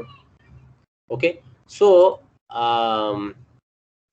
హనిమన్ గారి గురించి మనం మాట్లాడుతున్నాం. హనిమన్ గారి యొక్క దీంట్లో వాళ్ళ స్కూల్కి వాళ్ళ నాన్నగారు ఏం చెప్పేవారంటే, ప్రైమరీ ఎడ్యుకేషన్ వరకు వాళ్ళ నాన్నగారు చేద్దాం అనుకున్నారు, కానీ ఇతనికి చదువుకోవాలనేటువంటిది ఒకటి ఉంది. కానీ అలా అని చెప్పేసి వాళ్ళ నాన్నగారు ఏ రోజు కూడా దబాయింపులాగా చేయలేదు, ఎప్పుడు ఇండికేట్ చేసేవారు, నా ఉద్దేశం ఇది, నా ఉద్దేశం అది. బడికి పంపించేవారు. అయితే బడిలో ఈయనకి ఒక మంచి లెక్చరర్, ఆయన బడిలో ఈయన పెడుతున్న బడిలో ఒక లెక్చరర్ ఈ అబ్బాయి అంటే చాలా ఇష్టపడేవాడు ఆయన. అంటే ప్రతి వాళ్ళ జీవితంలో ఎవరో ఒకళ్ళు హెల్ప్ మనకి దొరుకుతారు. అలాగా ఈయన జీవితంలో ఒక ప్రొఫెసర్ గారు, ఆయన ఈ హనిమన్ గారు అంటే చాలా ఇష్టం ఆయనకి. ఇష్టమయ్యి వాళ్ళ నాన్నగారు ఎప్పుడు తీసేస్తాను, స్కూల్లోంచి తీసేస్తానంటే కూడా వాళ్ళ నాన్నగారిని కన్విన్స్ చేసిన మీ అబ్బాయికి ఫీజు కట్టాల్సిన పని లేదు అని చెప్పేశారు. మీ అబ్బాయికి ఫీజు లేకుండా ఫ్రీగా మేము చదువు చెప్తాం అని చెప్పేసి వాళ్ళ నాన్నగారికి చెప్పి కన్విన్స్ చేసి 1 రూపాయి కూడా డబ్బు పెట్టుబడి లేకుండా ఆ పిల్లగాడిని చిన్నప్పుడు చదవడానికి వాళ్ళ స్కూల్లో ఉన్నటువంటి ఒక లెక్చరర్, ఆయన హెడ్ ఆఫ్ ద డిపార్ట్మెంట్, ఆ స్కూల్ కి దాదాపు హెడ్ లాగా ఆయన ఈయన్ని బాగా ఇన్స్పైర్ చేసేవారు. ఆయన ఎంత ఇన్స్పిరేషన్ అంటే, మనం చూడండి, మన పిల్లల్ని బడికెళ్తే మనం ఎంతసేపటికి ఇంత ఇంత పుస్తకం ఉంటుంది, మీరు గమనిస్తే అసలు పిల్లల పొటెన్షియల్ ఎంత మనం ఆలోచిస్తే ఇట్ ఇస్ టూ లార్జ్ అనమాట. వాళ్ళ పొటెన్షియల్ చాలా ఎక్కువ. వేరాజ్ మనం వాళ్ళకి ఎంత పొటెన్షియల్ ఎంత వాడిస్తున్నాం అంటే, ఇంత పుస్తకం ఇస్తామండి వాళ్ళకి, మనం జస్ట్ ఇంత బుక్ ఇస్తాం. మీరు చూడండి, అలాంటి పుస్తకాలు ఒక 5-6 ఇస్తాం వాళ్ళకి, టెక్స్ట్ బుక్స్. అందులో ఉన్నటువంటివి మాత్రమే వాళ్ళని చదివించి వాళ్ళని చేయాలని చూస్తాం. కానీ ఈ లెక్చరర్, మన స్కూల్స్ విధానం కూడా అలా ఉండేవి. అందుకని మన పెద్దవాళ్ళు చాలా మంది, మనకంటే ముందు తరాల వాళ్ళు చాలా మంది చాలా క్రియేటివ్ గా, భయం లేకుండా నిర్భీతిగా బతుకుతుండేవాళ్ళు వాళ్ళ జీవితంలో. మనలాగా కోట్లు సంపాదించారని కాదే కాదు, మనలాగా కారులో వాళ్ళు తిరగలేదు, ఇన్ని భవంతులు కట్టుకోలేదు, అయినా వాళ్ళు నిర్భీతిగా జీవించేవాడు. ఎందుకంటే వాళ్ళ చిన్నప్పటి నుంచి వాళ్ళ పెంపకం అలా వచ్చిందనమాట. మనం ఎంతసేపటికి మన పుస్తకాల పురుగులు చేసి పిల్లల్ని భయంగా, కాంపిటేటివ్ స్పిరిట్ తోని, లేకపోతే నిన్ను 10 మంది ఓడిచ్చేస్తారా, నేను 10 మంది నిన్ను దబాయించేస్తారా, సొసైటీ మంచిది కాదు, అంత పాడు లోకం, నువ్వు పాపివి, నువ్వు పాపం చేసి పుట్టావు, ఇట్లాంటివన్నీ పెట్టి వాళ్ళ మైండ్ ని దబాయించేస్తున్నావు. కానీ అక్కడ కొంతమంది టీచర్స్ ఉంటారు ఇలా ఇన్స్పైర్ చేసేవాళ్ళు. అలాంటి ఇన్స్పిరేషన్ తోనే ఆయన మాస్టర్ ముల్లర్, అంటే మాస్టర్ అంటే గురువు, ముల్లర్ అని పేరు. ఆయన ఈ పిల్లాడు అంటే చాలా ఇష్టం అయ్యింది. చిన్నప్పటి నుంచి ఆ పిల్లాడిలో ఉన్నటువంటి టాలెంట్స్ గమనించి చాలా లాంగ్వేజెస్, అంటే జర్మన్ లో వాళ్ళకి టీచింగ్ ఉన్న ఇంగ్లీషు, ఫ్రెంచ్, అరబిక్, ఇటాలియన్, అలాగే ఫ్రెంచ్ చెప్పాను నేను. ఇలాంటి లాంగ్వేజెస్ అన్ని కూడా ఆ పిల్లాడుకి అంటే ఇంట్రెస్ట్ ఉండేది కొంత. ఆ ఇంట్రెస్ట్ ఉంటే మనం ఏం చేస్తాం అంటే, జనరల్ గా ఇంట్రెస్ట్, నీ చదవాల్సిన ఇది, నీ అవన్నీ ఏం చేస్తున్నాను, అవన్నీ ఏం చేస్తున్నావు అని మనం కొట్టేస్తాం వాళ్ళని. వాళ్ళ నాన్న, ఆ టీచర్ గారు అలా చేయలే. ఆ టీచర్ గారు ఏం చేశారంటే, ఈ పిల్లాడికి ఏది ఇష్టమైతే అది చదువుకోమన్నారు. అట్లా చేయటం వల్ల ఈ పిల్లాడు చాలా వికాసం చెందాడు. Latin language, French language, Arabic, Egyptian language, German language, English, ముఖ్యంగా ఇంగ్లీష్ వాళ్ళకి మిగతా లాంగ్వేజ్ వాళ్ళకు దగ్గరగా ఉంటాయో కానీ ఇంగ్లీష్ అనేది వాళ్ళకి చాలా తక్కువ. ఇప్పటికి కూడా చూడండి, మీకు జర్మన్ లో, ఫ్రెంచ్ లో, ఫ్రాన్స్ లో కంట్రీస్ లోకి వెళ్తే ఇంగ్లీష్ లో వాళ్ళకి చాలా తక్కువ ఉంటుంది. రష్యాలో ఇంగ్లీష్ అనేది వాళ్ళకి తక్కువగా ఉంటుంది. సో అలాంటి కండిషన్స్ లో కూడా ఆయనకి ఇంగ్లీష్ నేర్చుకుని ఇచ్చారు. నేర్చుకుని ఇవ్వటమే కాకుండా, ఈ పిల్లవాడు చదువుతున్న టైంలోనే వర్క్ ఇచ్చేవాడు వాళ్ళ గురువు, టీచర్. ఏం వర్క్ ఇచ్చేవారంటే ట్రాన్స్లేషన్ వర్క్ ఇచ్చేవారు ఈయనకి. అంటే తన దగ్గరకు వచ్చిన వర్క్ ఏదైతే ఉంటుందో, ఉదాహరణకి ఏదైనా ఇంగ్లీష్ లో ఉంటే దాన్ని జర్మన్ లో ట్రాన్స్లేట్ చేయాలనుకోండి, ఈ పిల్లవాడికి ఇచ్చేసి ఇది నువ్వు చేయమని చెప్పేవాడు. ఇతను స్కూల్ చదువునేమి నిర్లక్ష్యం చేసేవాడు కాదు, చదువుకుంటూనే తన సమయంలో ఖాళీ సమయాన్ని తీసుకొని ఆ ఖాళీ సమయంలో ఇవన్నీ ట్రాన్స్లేట్ చేయడం మొదలుపెట్టాడు. ఇలా తన లైఫ్ లో ముఖ్యంగా హనుమాన్ గారికి సరే తనకున్నటువంటి మానసిక వికాసం ఒక ఎత్తు అయితే, దానికి తగ్గట్టుగా ఈయనకి ఈ ట్రాన్స్లేషన్ వర్క్ అనేది ఏదైతే దొరికిందో, బాగా ఆ ట్రాన్స్లేషన్ వర్క్ అనేది చాలా అడ్వాంటేజ్ అయిపోయింది హనుమాన్ గారి లైఫ్ లో. సో అయితే ఇక్కడ ఇంకొక చిన్న సలహా చెప్పాలనిపించింది నాకు. మన పిల్లలకి మనం ఒకటే ఒక లాంగ్వేజ్ కాకుండా, అంటే ఇక హనుమాన్ గారి జీవితం గురించి తెలుసుకోవడమే కాకుండా దాంట్లోంచి కొన్ని మనం తీసుకుంటే మనకు ఉపయోగపడతాయి అన్నమాట. అందుకోసం నాకు చెప్పాలనిపించింది. మన పిల్లలకి ఒకటే ఒక భాష అని నేర్పకుండా, ఓకే పుస్తకాల్లో మనకి హిందీ ఉంటుంది, ఇంగ్లీష్ ఉంటుంది, తెలుగు ఉంటుంది, ఓకే ఇవి 3 తప్పకుండా ఉంటాయి. మాతృభాషలో వాళ్ళకి పట్టు కల్పింపజేస్తూ ఎన్ని కుదిరితే అన్ని లాంగ్వేజ్ నేర్పడానికి ప్రయత్నం చేయాలి మనం చిన్నప్పటి నుంచి కూడా. ఇది ఒక ఇంపార్టెంట్ థింగ్ మనం తెలుసుకోవాలి మనకి. అయితే ఇది టెక్స్ట్ బుక్స్ లో ఉండదు, సరదాగా పిల్లలకి మనం నేర్పించవచ్చు అనమాట. దానికి బెటర్ ఏంటంటే మనం నేర్చుకుంటే ఇంకా బాగుంటుంది. మనం నేర్చుకోలేకపోయినా ఎలాగైనా సరే వాళ్ళని పిల్లల్ని ఎక్కడో చోటు పంపించి ఇవి నేర్పించడం చాలా మంచిది. ఎందుకంటే అండి, అసలు హనుమాన్ గారి జీవితంలో మనం చూస్తే కనుక అసలు ఆయన హోమియోపతి మనకు అందించడానికి, సరే ఆయన మనసులో, ఆయన డాక్టర్ అయిన తర్వాత ఆయన మైండ్ లో ఉండేది కాదు, ఇది కాదు చేయాల్సింది, ఇంకేదో చేయాలి, ఇది కాదు చేయాల్సింది, దీంట్లో ఏదో లిమిటేషన్స్ ఉన్నాయి, దీనికి ఏదో ఇబ్బంది ఉంది, ఇంకా ఇది కాకుండా ఇంకేదో నేను చేయాలని మైండ్ లో ఉన్నది. కానీ ఆయనకి ట్రాన్స్లేషన్ చేస్తుండటం వలన తనకి సొల్యూషన్స్ వాటిలోంచి దొరికాయి. చాలా హిస్టారిక్ బుక్స్ ఆయన చేశారు, మెడికల్ బుక్స్ ఆయన ట్రాన్స్లేట్ చేశారు, అలాగే చాలా రకాల చాలా సైన్స్ బుక్స్ చేశారు, కెమిస్ట్రీ బుక్స్ చేశారు, ఫిజిక్స్ బుక్స్ చేశారు. ఇవన్నీ చేయటం వల్ల ఆయన చదువుకున్నదే కాకుండా ఇవన్నీ చదువుకొని చేయటం వల్ల చూడండి, ట్రాన్స్లేట్ చేయడం అంటే అంత ఈజీ కాదు. ఇలా విని అలా రాసేయటం లాగా కాదు కదా. ట్రాన్స్లేషన్ అంటే ఏంటి? హీ హాస్ టు అప్లై అంటే బిట్వీన్ ద లైన్స్ కూడా అర్థం చేసుకోవాలి. మనం ట్రాన్స్లేట్ చేసేప్పుడు పుస్తకాన్ని జస్ట్ ఉన్నట్టుగా అందులో రాసేస్తే అది దాంట్లో ఆ లోపల కవి కానీ లేకపోతే ఆ రైటర్ ఇచ్చినటువంటి మెసేజ్ అందించలేకపోతారు. కాబట్టి బిట్వీన్ ద లైన్స్ అర్థం చేసుకొని ట్రాన్స్లేట్ చేయాలి. కాబట్టి ఆ బుక్ చదువుతున్నప్పుడు ఆయన బుక్ మొత్తాన్ని తనని ఆకలింపు చేసుకునేవాడు. బుక్ యొక్క మూలార్థం ఏంటనేది, ఆ మూలార్థం అనేది ఆకలింపు చేసుకున్నారు కాబట్టి అవన్నీ తన మైండ్లోకి ఎక్కిపోయాయి అనమాట.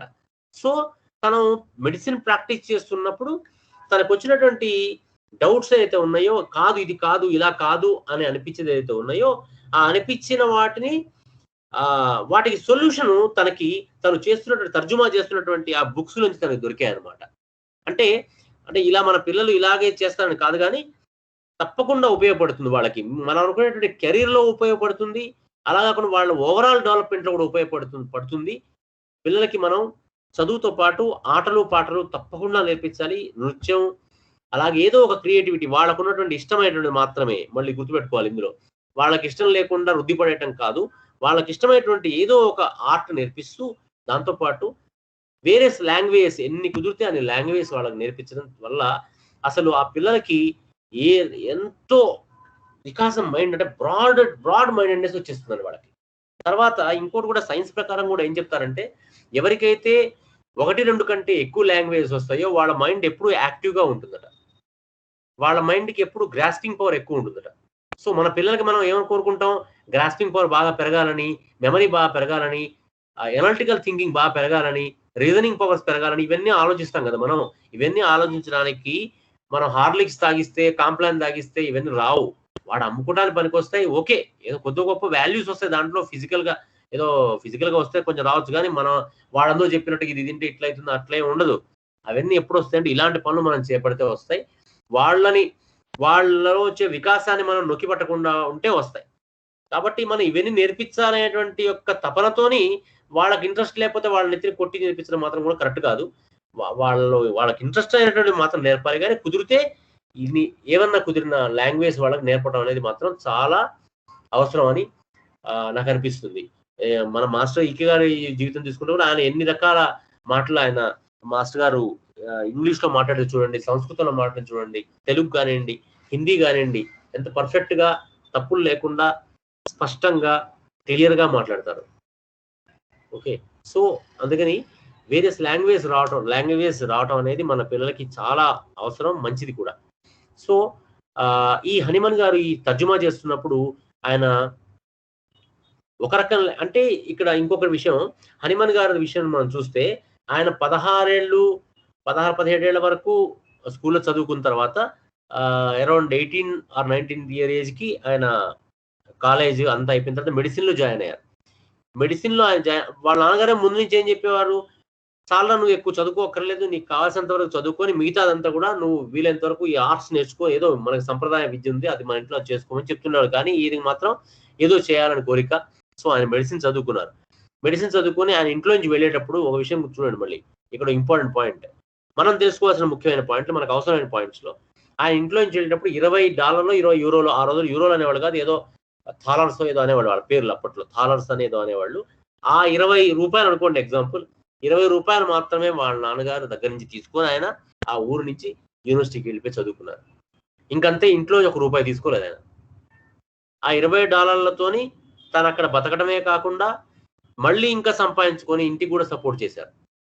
చదువుకున్న సమయంలో చెప్తున్నాను నేను ఈ విషయాన్ని. ఆయన చదువుకుంటూ 20 ఏళ్ల వయసులో 18, 19, 20 ఏళ్ల వయసు గురించి మాట్లాడుతున్నాను. ఈ రోజుల్లో మన పిల్లలు మనం పెంచే పద్ధతి ద్వారా 30 ఏళ్ళు వచ్చినా, కొంతమంది పిల్లలు 28 ఏళ్ళు వచ్చినా, 29 ఏళ్ళు వచ్చినా వాళ్ళు సంపాదించుకోవడం అంటే తెలియదు వాళ్ళకి. ఎందుకంటే మనం నేర్పించే విద్యలో అలాంటి విద్యలు లేవు. సరే, అది వేరే విషయం, కానీ సంపాదించుకోవడం తెలియదు. సంపాదించుకుంటూ చదువుకుందాం అనే విషయం తెలియదు.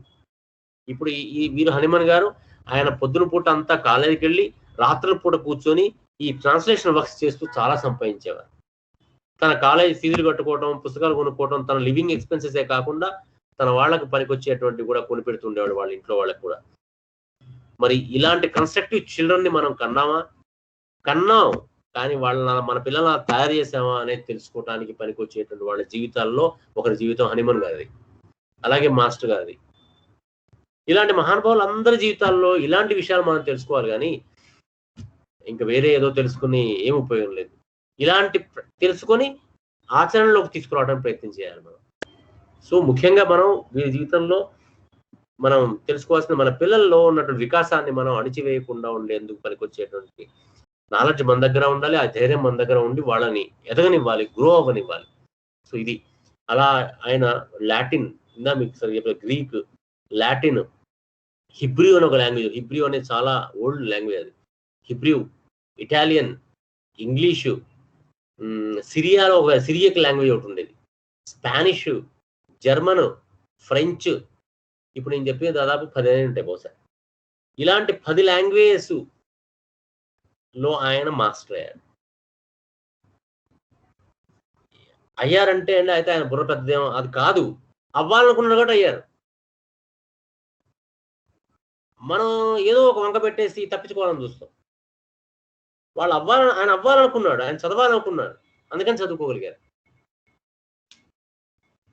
చదువుకుంటానంటే ఇంట్లో లేదు, ఇవన్నీ చేసి నువ్వు టైం వేస్ట్ చేసుకోవద్దు, నీకు సంపాదించుకోవాలంటే నువ్వు ఇది వద్దని చెప్పలే. అందుకని మన పిల్లలకి నేను మాత్రం స్ట్రాంగ్ గా రికమెండ్ చేసేటువంటి ఒక ముఖ్యమైనది ఏంటంటే, పిల్లల వికాసాన్ని పాడు చేయకూడమే అదొకటి. అన్ని పక్కన పెడితే లౌకికంగా మాట్లాడితే పిల్లలకి వీలైన లాంగ్వేజ్ నేర్పడానికి ప్రయత్నం చేయండి.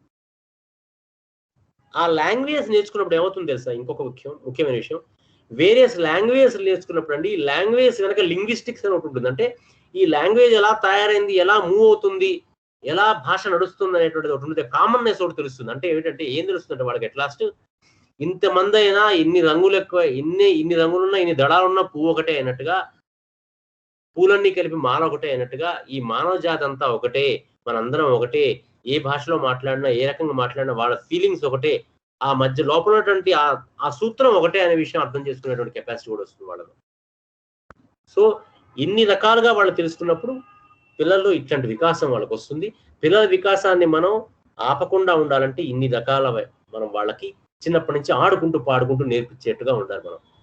దానికి మన విద్యా విధానంలో చాలా ఇబ్బందులు ఉన్నాయి. ప్రస్తుత విద్యా విధానంలో దానికే కొత్త విద్యా విధానం ఒకటి మధ్యన తీసుకురావడం జరిగింది. దాంట్లో కొంత పార్ట్ పిల్లల్లో పొద్దుగులు ఆ ఇచ్చిన పుస్తకంలో మాత్రమే చదివితే వాడు గొప్పవాడు అవుతాడనే విషయం కాకుండా కొంత మార్చడం జరిగింది. అదేంటంటే కొంచెం ధైర్యంగా చేయాల్సిన పని అన్నమాట, వాళ్ళు కానీ, గవర్నమెంట్ కానీ, మనం కానీ. సో ఇలాంటివి మనం మన పిల్లలకి మనం తెలుసుకుని వాళ్ళకి చెప్పాలన్నమాట. సో ఇది హనుమాన్ గారి జీవితంలో ఆయన మెడిసిన్ చదువుతున్న కాలంలో కూడా ఆయన చాలా డబ్బు సంపాదించుకుంటూ మెడిసిన్ చదువుతూ ఉండేవాళ్ళు, పర్ఫెక్ట్ గా మెడిసిన్ చదువుతుండేవాళ్ళు. ఆయన ఎప్పుడు హనుమాన్ చెప్పేవారు. ఆయన మెడిసిన్ అయిపోయి డాక్టర్ అయ్యి ఆయన ప్రాక్టీస్ చేస్తున్న టైంలో ఆయన చెప్పేవాళ్ళు, నా ఎర్లీ లైఫ్ అచీవ్మెంట్స్ ఏవైతే ఉన్నాయో అవే నన్ను తర్వాత ఏదన్నా పనికొచ్చే వ్యక్తిని చేస్తుంటే కనుక అవే అంటారు. అందులో ముఖ్యమైనటువంటిది ఆయన ఏం చెప్తారంటే, నా తండ్రి నా పట్ల నాకు ఇచ్చినటువంటి థాట్ ప్రాసెస్ ఏదైతే ఉందో, ఫోకస్ చేసేటువంటిది ఉందో, ఒక వ్యూ ఏదైతే ఇచ్చారో మా తండ్రి గారు నాకు, అది నాకు చాలా ఉపయోగమైంది అని చెప్తారు ఇప్పుడు ఆయన. మన పిల్లలు ఎంత ధైర్యంగా మన గురించి మా తండ్రి నాకు ఇంత చేశారు, ఇలా చేశారు, ఇలాంటి థాట్ ప్రాసెస్ నాకు ఇచ్చారు, ఇలా నన్ను ఇన్స్పైర్ చేశారు అని చెప్పుకోవడానికి సరిపడా మనం ఏమన్నా చేశామా లేదా అని మనం కొంచెం చూసుకోవాలి.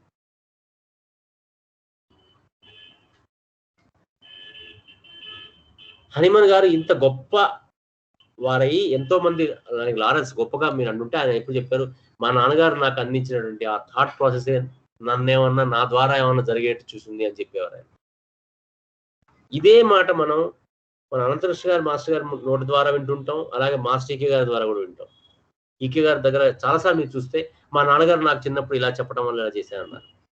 ఆయన మా నాన్నగారు నేను చదువుకొని రేపు అక్కడికి వెళ్తానంటే, బెనారస్కి వెళ్ళి ఎగ్జామ్ రాస్తానంటే, నీ చేతనైతే వెళ్ళి లేతలేదని చెప్పారు. ఇలా అంటే తల్లిదండ్రులు ఎంత ఇన్స్పైర్ చేస్తున్నారు ఇలాంటి మహానుభావులు అనేది నేను చెప్తున్నాను. మరి మన పిల్లలు గొప్పవాడు కావట్లేదు అంటానికి, వాడికి సరిగ్గా చదువుకోవట్లేదు, సరిగ్గా చదవట్లేదు, సరిగ్గా పనికొచ్చే పని చేయట్లేదు అంటానికి కారణం మరి వాళ్ళు అనుకోవాలా, మనం అనుకోవాలా అనేది ఒకసారి మనం చూసుకోవాలి. గాడిద కొడక అని అంటారు తప్ప ఇంకోటి లేదే, ఇంకో రకంగా లేదే అది మాట. సో మనం చూసుకోవాలన్నమాట. సో ఇలాంటి మహానుభావుల చరిత్రల నుంచి మనకు అర్థం కావాల్సిన విషయాలు ఇవి. ఇంకొకటి ఆయన చెప్పిన మాట చెప్తున్నాను నేను. ఒకటి ఆయన చెప్పింది, మా ఫాదర్ నాకు ఇచ్చినటువంటి వ్యూ అండ్ విజన్ నాకు పనికొచ్చింది అని చెప్పారు. రెండోది ఆయన చెప్పిన మాట, నేను ఇన్ని లాంగ్వేజెస్ నేర్చుకోవడం వల్ల, అంటే మా నాన్నగారు నాకు ఆ ఫ్రీడమ్ ఇవ్వడం వల్ల, మా స్కూల్లో ఉన్నటువంటి లెక్చర్స్ వాళ్ళు ఆ ఫ్రీడమ్ ఇవ్వడం వల్ల నేను ఇన్ని లాంగ్వేజ్ నేర్చుకోగలిగాను అని చెప్పారు. మళ్ళీ ఏం చెప్పారంటే, ఇన్ని లాంగ్వేజ్ నేర్చుకున్నప్పుడు ఆయన మరి ఏ భాషలో నాకు గుర్తుంది కానీ కుల్లెన్ అని ఆయన కుల్లెన్ అని ఒక ఆయన ఉండేవారు. ఆయన ఒక మెటీరియల్ మెడికా రాశారు. అది ఇంగ్లీష్ లో ఉందనుకుంటా బహుశా. ఇంగ్లీష్ లో ఉన్నటువంటి కుల్లెన్స్ మెటీరియల్ మెడికా ఆయన జర్మన్ లాంగ్వేజ్ లో. ఇక్కడ పొరపాటు నేను లాంగ్వేజ్ అటు ఇటు మారుస్తే కంగారు పడకండి, ఎందుకంటే ఇది ఇంపార్టెంట్. అక్కడ అందులో మార్చడం ఎగ్జామ్ పేపర్ కాదు మనకి. ఇక్కడ ఒక విషయాన్ని అర్థం చేసుకోవాలి, అంతే, ఎసెన్స్ అర్థం చేసుకోవాలి. సో నాకు గుర్తున్నంత వరకు ఆయన ఇంగ్లీష్ లో ఉన్నటువంటి కుల్లెన్స్ మెటీరియల్ మెడికా అంటే వస్తుగుణ దీపిక. వస్తుగుణ దీపిక అంటే మనం ఈ రోజుల్లో హనుమాన్ గారే మొదలు ఇచ్చాం అనుకుంటాం, కాదు. వస్తుగుణ దీపిక అంటే అర్థం ఏంటంటే, ఏ కెమికల్ అయినా, ఏ కెమిస్ట్రీ అయినా, ఏ వస్తువు అయినా దాని యొక్క ఇంటర్నల్ గుణాలన్నీ కూడా చెప్పేటువంటి ఒక బుక్ పేరు మెటీరియల్ మెడికా అంటారు అనమాట. అలాంటి మెటీరియల్ మెడికాస్ హనుమాన్ గారి కన్నా ముందు కూడా చాలా ఉన్నాయి అన్నమాట.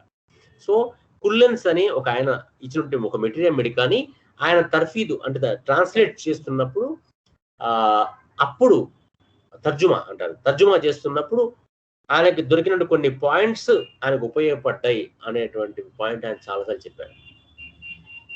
ఇంకొక విషయం కూడా చెప్పారు ఆయన చెప్తూ, మా నాన్నగారు ఇచ్చిన వ్యూవే కాదు, మా నాన్నగారు ఎప్పుడు నాకేం చెప్పారంటే, don't be a passive listener. అంటే జస్ట్ అలా నీ లోపల నుంచి రియాక్షన్ లేకుండా, దానిలోంచి ఇన్స్పిరేషన్ పొందకుండా, దాన్ని ప్రాక్టీస్ లోని పెట్టకుండా. ప్యాసివ్ లిజనర్ అంటే అర్థం ఏంటంటే విని ఊరుకునే వాడిలా కాకుండా విన్నదాన్ని ప్రాక్టీస్ లో పెట్టగలిగేటువంటి ఒక ఆలోచన నాకు నాన్నగారు ఇచ్చారు. కాబట్టి ఆ ఆలోచన ద్వారానే నేను ఈ సింకోనా అనేటువంటి దాని గురించి ఆయన కుల్లెన్స్ మెటీరియల్ మెడికాలో రాస్తున్నప్పుడు, ఆయన తర్జుమా చేస్తున్నప్పుడు, కుల్లెన్స్ రాసినటువంటి మెటీరియల్ మెడికాలో ఆయన యొక్క వ్యూస్ ని ఈయన అపోజ్ చేశారు తర్జుమా చేస్తున్నప్పుడు. ఇవి తప్పు, మీరు చెప్పేవి పూర్తిగా కరెక్ట్ కాదు, పూర్తిగా అంటే 100% కరెక్ట్ కాదు అని చెప్పడం, అంటే 100% తప్పు అని చెప్పడం కాదు, ఇక్కడ పూర్తిగా కరెక్ట్ కాదు, ఇందులో ఇంకా కొన్ని ఎడిషన్స్ డిలీషన్స్ ఉంటే తప్ప ఇది కరెక్ట్ కాదు అని చెప్పేసి ఆయనకి తట్టి ఆయన చెప్పారు కూడా ధైర్యంగా. సో ఇది ఆయన హనీమన్ గారు ఇలా ఆయన ఈ సైన్స్ ని, హనీమన్ గారు మనకి ఈ సైన్స్ ని ఇలా ఆయన అందించారనమాట.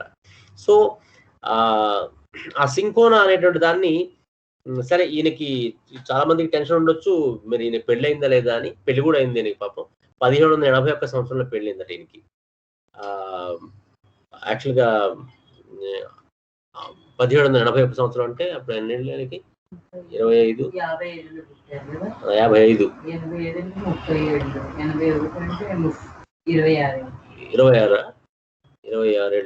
26 ఏళ్ళు పెళ్లి చేసుకున్నారు ఆయన. ఇన్ని చేస్తూ మళ్ళీ మన పిల్లలకి ఈ రోజులో 30 ఏళ్ళు వచ్చినా 28 ఏళ్ళు వచ్చినా పెళ్లి చేసుకోవడానికి టైం దొరకదు వాళ్ళకి. అది మరి మన పెంపకం అదంతా. ఇన్ని నేర్చుకొని ఇన్ని చేస్తూ ఇంత చేస్తూ కూడా 26 ఏళ్ళకి పెళ్లి చేసుకున్నారు ఆయన. మనం అనుకుంటాం మన పిల్లలకి ఇంకొక దరిద్రపు ఆలోచన ఏంటంటే, పెళ్లి సెటిల్మెంట్ అయినా చేసుకుంటాడు అంటాడు. పెళ్లి సెటిల్ అయినా కాదు, వాడు సెటిల్ అవుతాడట అప్పుడు చేసుకుంటా. ఆ సెటిల్మెంట్ ఏంటో నాకు అర్థం కాదు. పెళ్లి చేసుకుంటే కదా వాడు సెటిల్ అయ్యేది ఫస్ట్. సో మన పిల్లలకి మనం ఎంత పాడు చేసుకుంటున్నాం, మనం ఎలా పాడు చేస్తున్నాం అనేది వీళ్ళందరి విషయాలు జీవితాలు చూస్తే, మాస్టర్కి గారు ఆయన 30 ఏళ్ళ 50 ఏళ్ళ పెళ్ళిందే కాదే.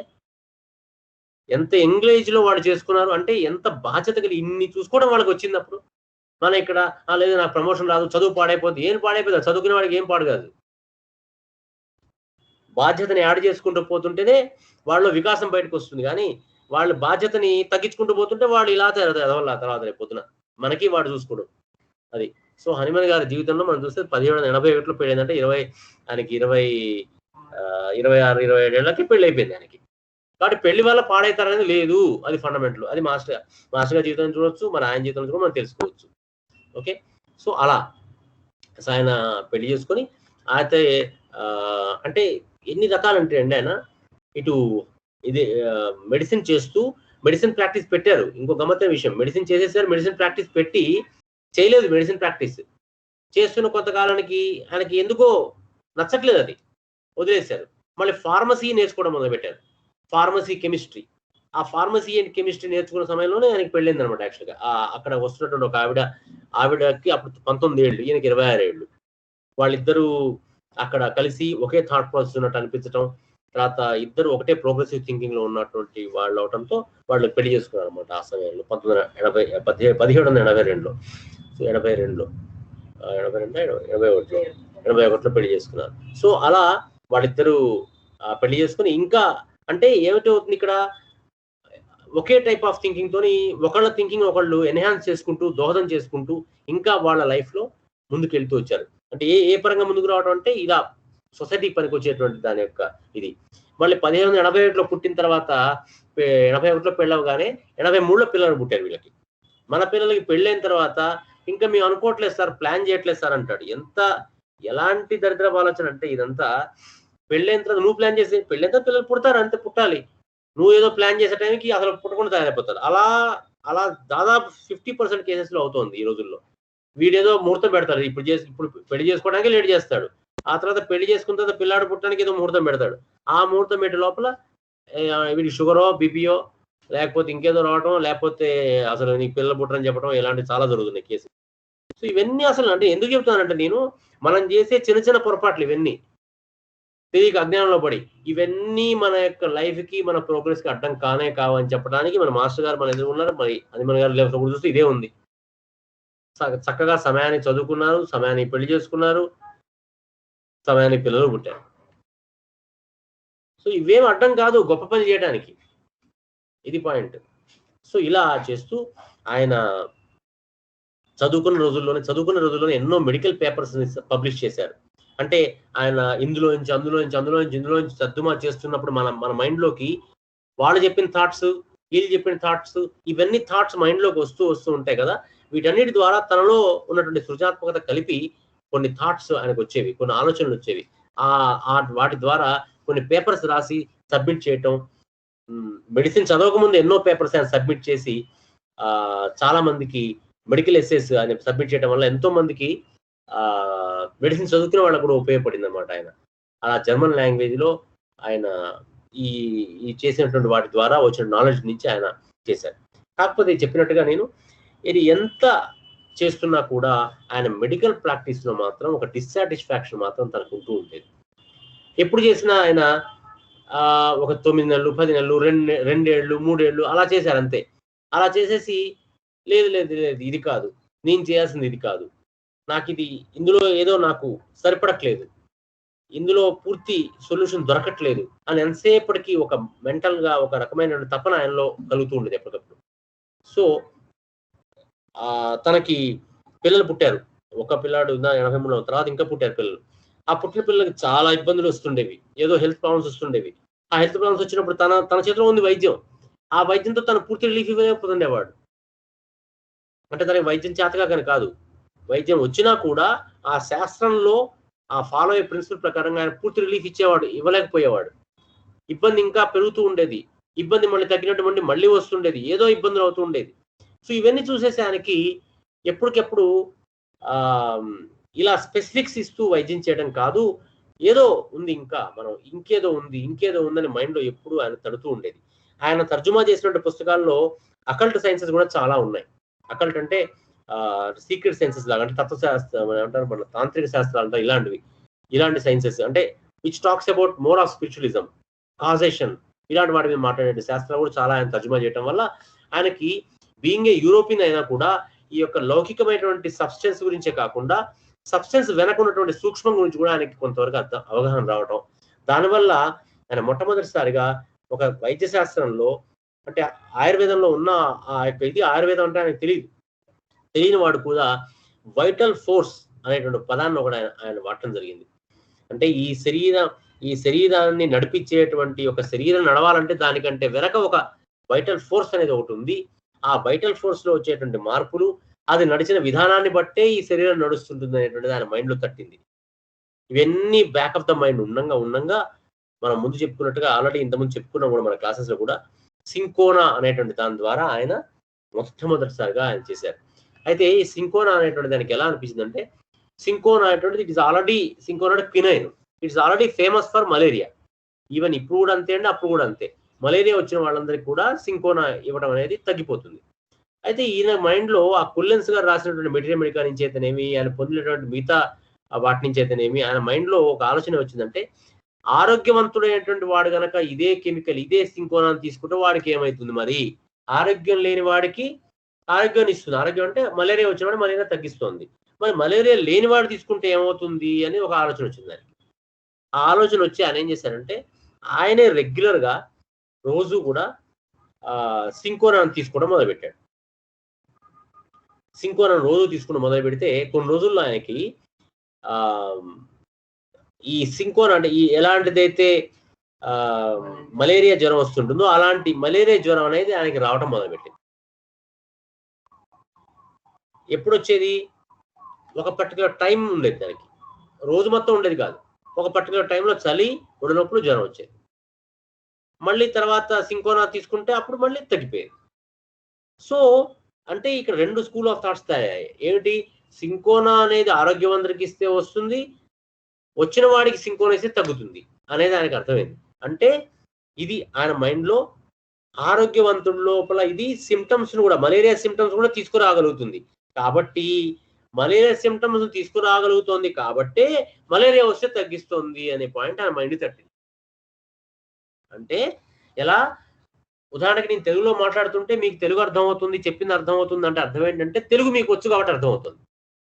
అదే లాజిక్ లాగా ఆయన ఏం చేశారంటే చెప్పారంటే, సింకోనాతో తగ్గుతోంది అంటే సింకోనా అదే రోగాన్ని కూడా ఇవ్వగలగదు, అదే రోగాన్ని అప్పుడే తగ్గించగలదు అనేది ఆయన. సింకోనా అంటే ఇక్కడ లాజిక్ అర్థం చేసుకోండి. మలేరియా అనే రోగం పేరు కాదు, అందులో ఉన్నటువంటి సిమ్టమ్స్. చలితో పాటు జ్వరం రావటం, ఒక పర్టికులర్ టైంలో ఇంటర్మీడియట్గా, అంటే ఒక పర్టికులర్ టైం లోపల ఫీవర్, ఇంటర్మీడియట్ ఫీవర్స్ అంటారు వీటిని. అంటే ఒక పర్టికులర్ టైం లోపల ఆ ఫీవర్ రావటం అనేటువంటిది. ఇవన్నీ లక్షణాలకి ఒక పేరు మనం పెట్టుకోవడం వేరే విషయం. ఇలాంటి లక్షణాలను క్రియేట్ చేయగలిగేటువంటి ఒక పదార్థం మాత్రమే ఆ పదార్థాన్ని అలాంటి లక్షణాలు తీసేయగలదు అని చెప్పారు. దీన్నే ఆయన లా ఆఫ్ సిమిలర్స్ అని చెప్పారు. పొటెంటైజేషన్ ఇవన్నీ తర్వాత పాయింట్స్. ఆయన మైండ్లోకి ఆ కుల్లెన్స్ మెటీరియల్ మెడికా అనేది చదువుతున్నప్పుడు, రాస్తున్నప్పుడు, ఆయన్ని తీస్తున్నప్పుడు ఆయనలో వచ్చిన డిస్కషన్, అంటే ఇది కాదు ఇంకేం చెప్పే దాంట్లో పూర్తిగా ఇన్ఫర్మేషన్ లేదనిపించిన తర్వాత ఈయన మైండ్లో పడ్డటువంటి తపన ద్వారా వచ్చిన ఆలోచనతోని ఆయన ఈ సింకోనా అనేటువంటి దాన్ని తన మీద తనమే వేసుకొని ప్రయత్నం చేసుకొని, అంటే ఏంటి ఇక్కడ ఆ కుల్లెన్స్ ఏం చెప్పారంటే, cinchona has a capacity of antipyretic capacity, antipyretic capabilities, antipyretic power. అంటే యాంటీపైరటిక్ అంటే జ్వరం, ఒళ్ళు నొప్పులు తగ్గించగలిగే క్యాపబిలిటీ సింకోనాకు ఉంది అని చెప్పారు. ఈయనేమన్నాడంటే, ఎందుకో ఆయనకు అక్కడ తట్టలేదు అది, అంటే నచ్చలేదు అది. మరి ఎందుకు తగ్గిస్తుంది అనే మైండ్లో పుట్టడంతో ఆయన ఎందుకని ఏం చేశారంటే, సింకోనా రోజు రెగ్యులర్గా తీసుకొని అప్పుడు ఆయన ఎక్స్పెరిమెంట్ ఆయన మీద చేసుకొని, అలాగే వాళ్ళ ఇంట్లో వాళ్ళు కొంతమంది, అలాగే కొంతమంది ఫ్రెండ్స్ కూడా వాళ్ళు ఒప్పుకుంటే వాళ్ళ మీద కూడా ఇలా వేసి, ఆ వచ్చిన వాళ్ళందరిలో, ఇలా తిన్న వాళ్ళందరిలో కూడా ఆఫ్టర్ సమ్ డేస్ అందరిలో కూడా వాళ్ళకి ఇలాంటి లక్షణాలు, అంటే దేనికైతే సింకోనా వాడతామో అలాంటి లక్షణాలు రావడం మొదలు పెట్టాయి. అంటే అర్థమైంది కదండి. అంటే ఏదైతే ఈ లక్షణాలు ప్రొడ్యూస్ చేయగల కెపాసిటీ ఉన్నదో అదే ఆ లక్షణాలు తగ్గించగలదు అనేది ఆయనకు అర్థమైంది. దాన్ని లా ఆఫ్ సిమిలర్స్ అని చెప్పుకుంటూ వచ్చారనమాట. ఇది ఇలాగా సింకోనాతో శ్రీకారం అయిందంటారు దీన్ని. సో సింకోనాతో ఆయన మొదలుపెట్టి అలాగే ఎన్నో డ్రగ్స్ అలా ప్రూవ్ చేసుకుంటూ వెళ్ళారు. ఆ తర్వాత ఈయనకు వచ్చినటువంటి ఆలోచనలన్నింటినీ కూడా, అంటే వైటల్ ఫోర్స్ అని, ఆ తర్వాత అంటే శరీరంలో ఉన్నటువంటి ఫిజియలాజికల్ చేంజెసే కాకుండా దీని వెనక ఇంకేదో ఒక శక్తి పనిచేస్తుంది, మనలోనే ఉంది అది, దాని పేరే వైటల్ ఫోర్స్ అని, ఇలా వచ్చినటువంటి ఆలోచనలన్నింటినీ కూడా ఒక పుస్తకం రాశారు. ఆ పుస్తకానికి పేరే ఆర్గనాన్ అని పెట్టారు ఆయన. ఆర్గనాన్ అనేది ఒకసారి రాలేదు ఆయన. ఆర్గనాన్ మొత్తం మనం ఇప్పుడు చదువుకునేటువంటి ఆర్గనాన్ అయితే ఉందో 6th ఎడిషన్ ఆఫ్ ఆర్గనాన్ అనమాట, అది మనం చదువుకునేది. ఆ పుస్తకం పేరు ఆర్గనాన్. ఆర్గనాన్ అనేటువంటి పుస్తకాన్ని ఆయన 6 ఎడిషన్స్ ఇచ్చారు. అంటే మొదటి ఎడిషన్ ఇచ్చారు, రాసిన తర్వాత ఆయనకి మళ్ళీ ఇంకా నాలెడ్జ్ వచ్చింది. తర్వాత అందులో రాసినవి కొన్ని ఆయనకి తప్పనిపించాయి, మళ్ళీ కాదు దానికంటే హయ్యర్ ప్రిన్సిపల్ అనిపించింది, అవి మనం కరెక్ట్ చేశారు. అలా చేస్తూ 1 నుంచి 6 మొత్తం రాశారు ఆయన. 6th మెటీరియల్ మెడికా ఏదైతే ఉందో, 6th ఆర్గనాన్ ఏదైతే ఉందో, 6th ఎడిషన్, అది ఆయన చేత్తో రాశారు. అన్ని కూడా మనలాగా కాదు, కంప్యూటర్ టైపింగ్ కాదు, చేత్తో రాశారు. చేత్తో రాసి ఉంచినటువంటి దాన్ని ఆయన తర్వాత దాన్ని ట్రాన్స్లేట్ చేశారు ఇంగ్లీష్లోకి. ఆయన జర్మన్ లాంగ్వేజ్లో రాసిన దాన్ని ఐ థింక్ బొరిక్ అనే విలియం బొరిక్ అనే ఆయన దాన్ని ఇంగ్లీష్లో ట్రాన్స్లేట్ చేసి మనకు అందించారు తర్వాత. అంటే ఆయన తర్వాత మనకి అది అందిందనమాట 6th ఎడిషన్. 5th ఎడిషన్ వరకు ఉన్నారు హనీమన్ గారు. ఆ తర్వాత 6th ఎడిషన్ మనం ఏదైతే చదువుకుంటున్నామో అది ఆయన తర్వాత మనకు అందినటువంటిది అనమాట. సో ఇది హనీమన్ గారు ఆయన ఈ రకంగా ఆయన ఆర్గనాన్ ఇవ్వటం. అలాగే ఆర్గనాన్ తర్వాత ఇంకొక మూడో కాన్సెప్ట్ అయింది, క్రానిక్ డిసీజెస్.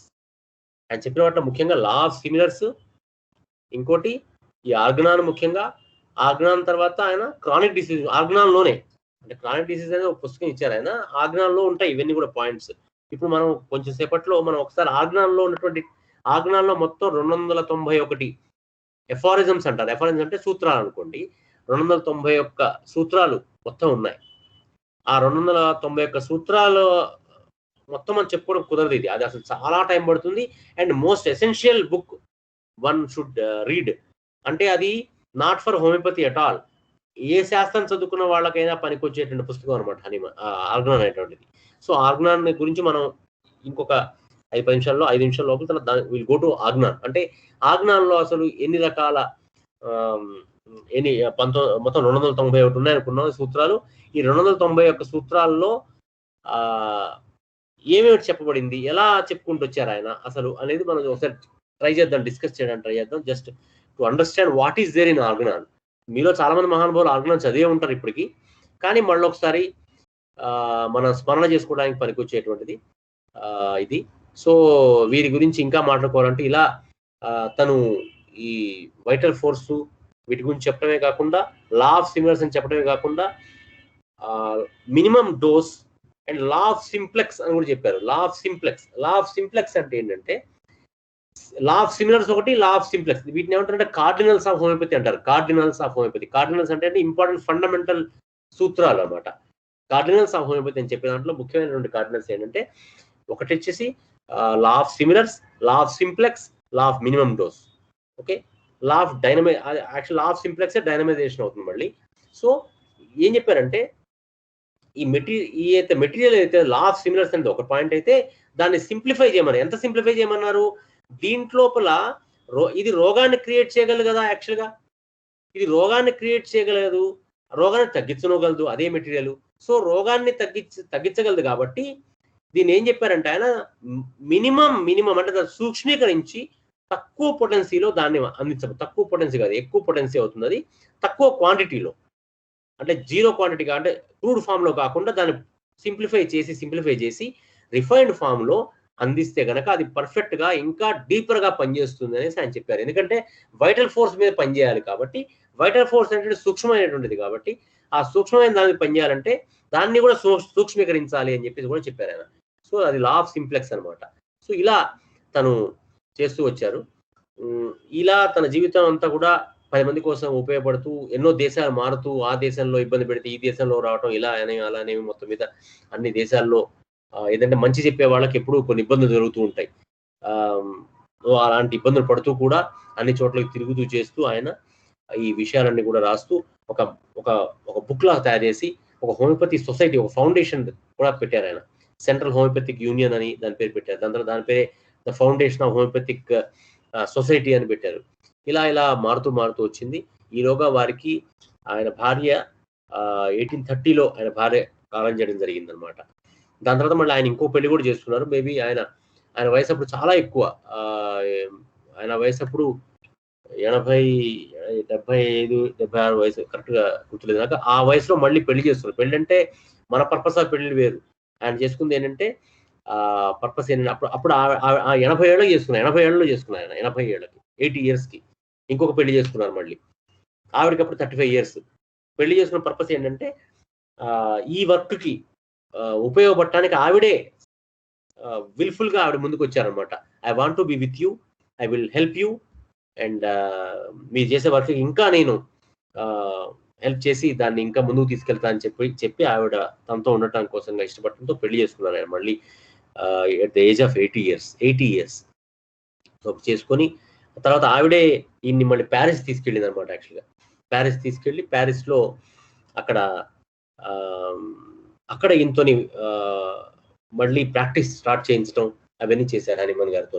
అక్కడ కొద్దిగా ఆయన ప్రాక్టీస్ చేయడం, ఆ 80 years ఏజ్ లో కూడా ప్రాక్టీస్ చేయడం అంటే డిస్పెన్సరీ ఓపెన్ చేశారు క్లినిక్. ఆ క్లినిక్ లో ఇవ్వడమే కాదు, ఆ ఏజ్ లో కూడా he use to do professional visits.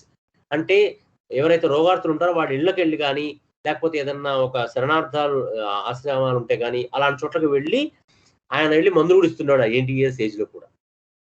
అంటే ఆ సేవాభావం చూడండి. సో అటువంటి ఇది. తర్వాత ఆయన ప్రతి మనిషికి కూడా ఏదో ఒక సమయంలో శరీరాన్ని వదిలేయాల్సిన అవసరం వస్తుంది. అలాగే వారు జూలై 2వ తారీఖున 1843 సంవత్సరంలో, అంటే అప్పుడు 43, 55, ఇటు 43 ఏళ్ళు అటు 45 ఏళ్ళు, 88 ఏళ్ల వయసులో వారు శరీరాన్ని వదిలేశారు. 88 సంవత్సరాల వయసులో శరీరం వదిలేశారు. తర్వాత అయితే ఆ శరీరం వదిలేసేప్పుడు ఆయనకి చాలా చాలా ప్రాబ్లమ్స్ ఉన్నాయి. అలా ఈజీగా వదిలేయలేదు ఆయన. ఎందుకంటే ఇన్ని మందులు వేసుకొని రెస్ట్ లేకుండా పనిచేసి ఆయనకు కూడా బ్రాంకియల్ ఎఫెక్ట్స్ వచ్చాయన్నమాట. యాక్చువల్గా బ్రాంకియల్ అంటే ఈ లంగ్స్ కి సంబంధించి గాలి ఆడకపోవటం, ఊపిరి ఆడటం కష్టంగా ఉండటం, అలా రావటం. ఈ యొక్క ఆస్థమాటిక్ ఇలాంటి అటాక్స్ లోనే, అంటే ఈ బ్రాంకియల్ అటాక్ తో పాటుగా సడన్ గా ఆయనకి విరోచనాలు అవటం, ఆ విరోచనాలతో ఇంకా వీక్ అయిపోయేసి ఆయన శరీరం వదిలేయాల్సి వచ్చింది. అదేంటంటే మరి మందులు హోమియోపతిలో మందేసి తగ్గించుకోవచ్చు కానీ, మందేసి తగ్గించవచ్చు. 88 ఏళ్ళైనా 26 ఏళ్ళైనా పోకుండా ఎవరు ఉండరు. ఏదో ఒక వయసుకి ఏదో ఒక కారణం చేత శరీరం వదిలేయడం అనేది సామాన్యం, అది జరుగుతుంది. సో ఏ మందు కూడా ఎవరిని కూడా చిరంజీవిని అంటే ఫిజికల్ బాడీని అలాగే ఉంచేసే విధమైన వైద్య విధానాలు ఎక్కడ లేవు, అవి ఉండవు, అవి సరైనవి కావు. శరీరం వదిలేయటం అనేది కామన్ అనమాట. సో వారు 1843 సంవత్సరంలో 88 ఏళ్ల వయసులో వారి శరీరం వదిలేయడం జరిగిందనమాట. ఇది వారి యొక్క జీవితం. ఆ జీవితంలో వారు మనకి అందించినటువంటి ఎన్నో గొప్ప విషయాలు ఇవి. ఆయన ఎంతో ఆయన జీవితంలో జర్మనీ దేశస్థుడైనా కూడా, అలోపతి వైద్యుడైనా కూడా, ఇటువంటి భారతదేశంలో ఉన్నటువంటి భారతీయత కలిగినటువంటి ఆలోచన విధానం ఆయనలో మరి ఎక్కడి నుంచి వచ్చింది అంటే, ఈ యొక్క ఆయన చెప్పిన ప్రకారం అయితే నేను చేస్తున్నటువంటి తర్జుమా చేస్తున్నటువంటి ట్రాన్స్లేట్ చేస్తున్న పుస్తకాల ద్వారా నాకు వచ్చింది అని, తనలో ఉన్నటువంటి out of the box thinking వల్ల ఎన్ని నేర్చుకోవడం జరిగింది. ఎన్ని నేర్చుకుంటూ తను అలోపతి వైద్యం, ఒక డాక్టర్ అవ్వాలి, 10 మందికి సేవ చేయాలనుకున్నవాడు, అవన్నీ నేర్చుకున్నవాడు. ఆ విధానంలో సేవ చేస్తూ కూడా రోగులు పూర్తిగా తయారవ్వట్లేదు, తనకి వాళ్ళకి పూర్తిగా కావాల్సినటువంటి రిలీఫ్ ని ఇవ్వలేకపోతున్నాను, క్యూర్ ఇవ్వలేకపోతున్నాను అనేటువంటిది తపన ఎప్పుడు ఆయనలో ఉండటం, దాని అనుభవపూర్వకంగా గ్రహించడం వల్ల ఆయన దాన్ని వదిలేయటం జరిగి కానీ ఆయన మనసులో ఒకటెప్పుడు ఒకటి ఉండేది. ప్రకృతి మాత ఇంత కరుణామయి కదా, తన బిడ్డలకి ఇట్లా వ్యాధులు వస్తుంటే, ఇలా వ్యాధులు వచ్చి ఇలా కుంగిపోతున్నట్టుగా ఎందుకు చేస్తుంది, ఏదో సొల్యూషన్ ఇచ్చుంటుంది అమ్మ. అంటే అమ్మ అంటే ఈ ప్రకృతి మాత ఇచ్చుంటుంది, నివారణ ఉపాయాన్ని ఇచ్చే ఉంటుంది, తప్పకుండా మనం దాన్ని అందుకోవాలి అనే తపన ఆయన మనసులో ఉండటం వల్ల ఈ చదివినటువంటివి ఇన్ని గ్రంథాల్లోంచి, ఆ తపనలోంచి పుట్టుకొచ్చినటువంటి శాస్త్రమే హోమియోపతి శాస్త్రం. ఈ శాస్త్రంలో ముఖ్యంగా మొట్టమొదటిసారిగా ఇటు వెస్టర్న్ కంట్రీస్ ద్వారా వచ్చినటువంటి ఈ శాస్త్రంలో వైటల్ ఫోర్స్ అని, అంటే ఈ ఫిజికల్ బాడీ కంటే కూడా పైన ఉన్నటువంటి కొన్ని శక్తి, మనలో ఉన్న శక్తులు ఏవైతే ఉన్నాయో వాటి ద్వారా ఈ శరీరం నడుస్తుంది అనేటువంటిది, అటువంటి స్కూల్ ఆఫ్ థాట్ అనేటువంటిది మనకి వీటి అందించిన వారు మొట్టమొదటి వారు అనమాట హనుమాన్. ఇది. సో ఇందా మనం చెప్పుకున్నట్టుగా ఇప్పుడు అసలు ఆర్గనాన్లో మొత్తం 291 సూత్రాలు ఉంటే, అందులో హోమియోపతి శాస్త్రం అంటే మనం ఏమనుకుంటాం, ఆర్గనాన్ అంటే హోమియోపతి పుస్తకం అనుకుంటాం కదా.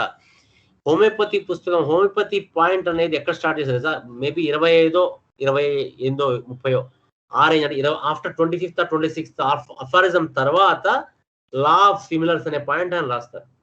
అంటే 25 సూత్రాలు హోమియోపతి కంటే ముందే ఉన్నవి చాలా ఉన్నాయి. అందులో ఎక్కడి నుంచి స్టార్ట్ చేశారు తెలుసా ఆయన?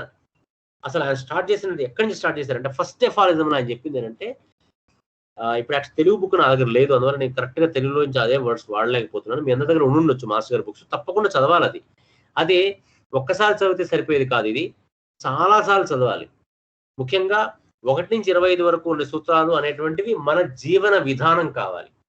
1 నుంచి 25, 24 సూత్రాల వరకు, అంటే హోమియోపతి అంటే ఏంటో చెప్పడం కంటే ముందున్నటువంటివి అవి మనమైపోవాలన్నమాట. అంటే ఏంటంటే that it's a qualification what we have to imbibe into us. ఆ తర్వాతే ఆ వ్యక్తి ఒక హీలర్గా కానీ ఒక ఏ రకమైన వైద్యుడిగా కానీ పనికి రావడానికి ఉన్నటువంటి లక్షణాలు మొత్తం కూడా ఆ 24, 25 ఎఫారిజమ్స్ ఆయన చెప్పారు. అందులో ఆయన స్టార్ట్ చేసినటువంటి ఫస్ట్ ఎఫారిజమే what is the mission of the physician అని చెప్పారు. అంటే ఒక వైద్యుడి యొక్క ముఖ్య లక్షణం, ముఖ్య ఉద్దేశం ఏమి కావాలి అని ఫస్ట్ అక్కడి నుంచి స్టార్ట్ చేశారండి. ఎందుకంటే వైద్య శాస్త్రంలో తప్పే ఉందండి. వైద్య శాస్త్రాన్ని కనిపెట్టిన దేవుడు ఒక వైద్యుడే ఇచ్చింది. ఆ వైద్యుడి యొక్క ఆలోచన దృక్పథం ఎలా ఉందో వాడి ఇచ్చినటువంటి శాస్త్రం అలా ఉంటుంది. కాబట్టి ఆయన ఎక్కడి నుంచి నరుక్కుంటూ వచ్చారంటే శాస్త్రాన్ని కరెక్ట్ చేయడం పక్కన తర్వాత పెట్టి అసలు మానవ జాతిని సరిచేయాలని, ఆలోచన విధానాన్ని సరిచేయాలని ఫస్ట్ ఎఫారిజంలో ఆయన మాట్లాడింది ఏంటంటే ఫిజిషియన్స్ మిషన్ అసలు ఏమిటి అయి ఉండాలి అని చెప్పడం మొదలుపెట్టారండి. ఫస్ట్ అక్కడ స్టార్ట్ చేశారు చూడండి. అంటే ఆయన ఏం ఉద్దేశం చేశారు? మంచి విధానం అందిద్దాం అనుకోలే. మంచి విధానం అనేది అసలు ఎప్పుడు మంచివాడి చేతిలో అది మంచి విధానం. కాబట్టి వాడిని మంచివాడు చేయాలి ఆ ఫిజిషియన్ అనేది ఆయన ఉద్దేశం. కాబట్టి ఫస్ట్ ఎఫారిజంలో ఆయన ఏం మొదలుపెట్టి చెప్పారంటే what is the physician's mission అని చెప్పారు. అది ఫస్ట్ అక్కడ మాట్లాడారు. దాని తర్వాత ఏం చెప్పారు? సెకండ్ ఎఫారిజంకి వచ్చే వరకల్లా క్యూర్ అంటే అసలు ఏంటి, అసలు అంటే నివారణ అనేటువంటిది అంటే ఏంటి, అసలు ఐడియల్ క్యూర్ అన్న చెప్పారు. ఐడియల్ క్యూర్ అంటే ఏంటి అసలు అంటే, ఉదాహరణకి ఇప్పుడు నాకు జ్వరం వచ్చింది, టాబ్లెట్ వేసుకుని తగ్గింది, కరెక్టే తగ్గింది, కానీ is it ideal cure or not? అది ఐడియల్ క్యూర్ ప్రిన్సిపల్స్ కి దగ్గరగా ఉందా లేదా అని చెప్పడానికి కోసంగా ఆయన అసలు ఐడియల్ క్యూర్ అంటే ఏంటి డిఫైన్ చేశారు. సో అది ఎఫారిజం 2లో ఫస్ట్ లో ఏం చెప్పారు? అసలు ఫిజిషియన్ యొక్క మిషన్ ఏమి ఉండాలని చెప్పారు.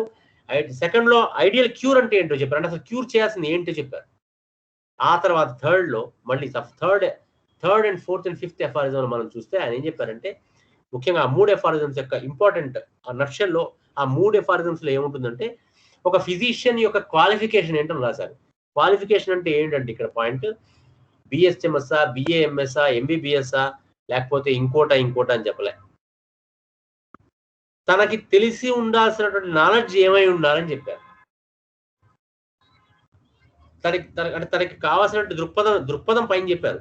దృక్పథంతో పాటుగా తనకు ఉండాల్సిన నాలెడ్జ్ ఏం కావాలి. ఒక పక్క నుంచి ఇటు వైటల్ ఫోర్స్ ని పర్సీవ్ చేయగలిగేటువంటి ఒక నిశితమైనటువంటి దృష్టి కలిగి ఉండాలి.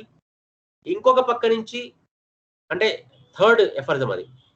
ఫోర్త్ ఎఫారిజం ఇంకో పక్క నుంచి ఈ ఫిజికల్ బాడీ యొక్క ఈ శరీరం యొక్క నిర్మాణము, శరీరం ఎలా పనిచేస్తుంది తెలుసుకునేటువంటి ఒక నాలెడ్జ్ కావాలి, శక్తి కావాలి.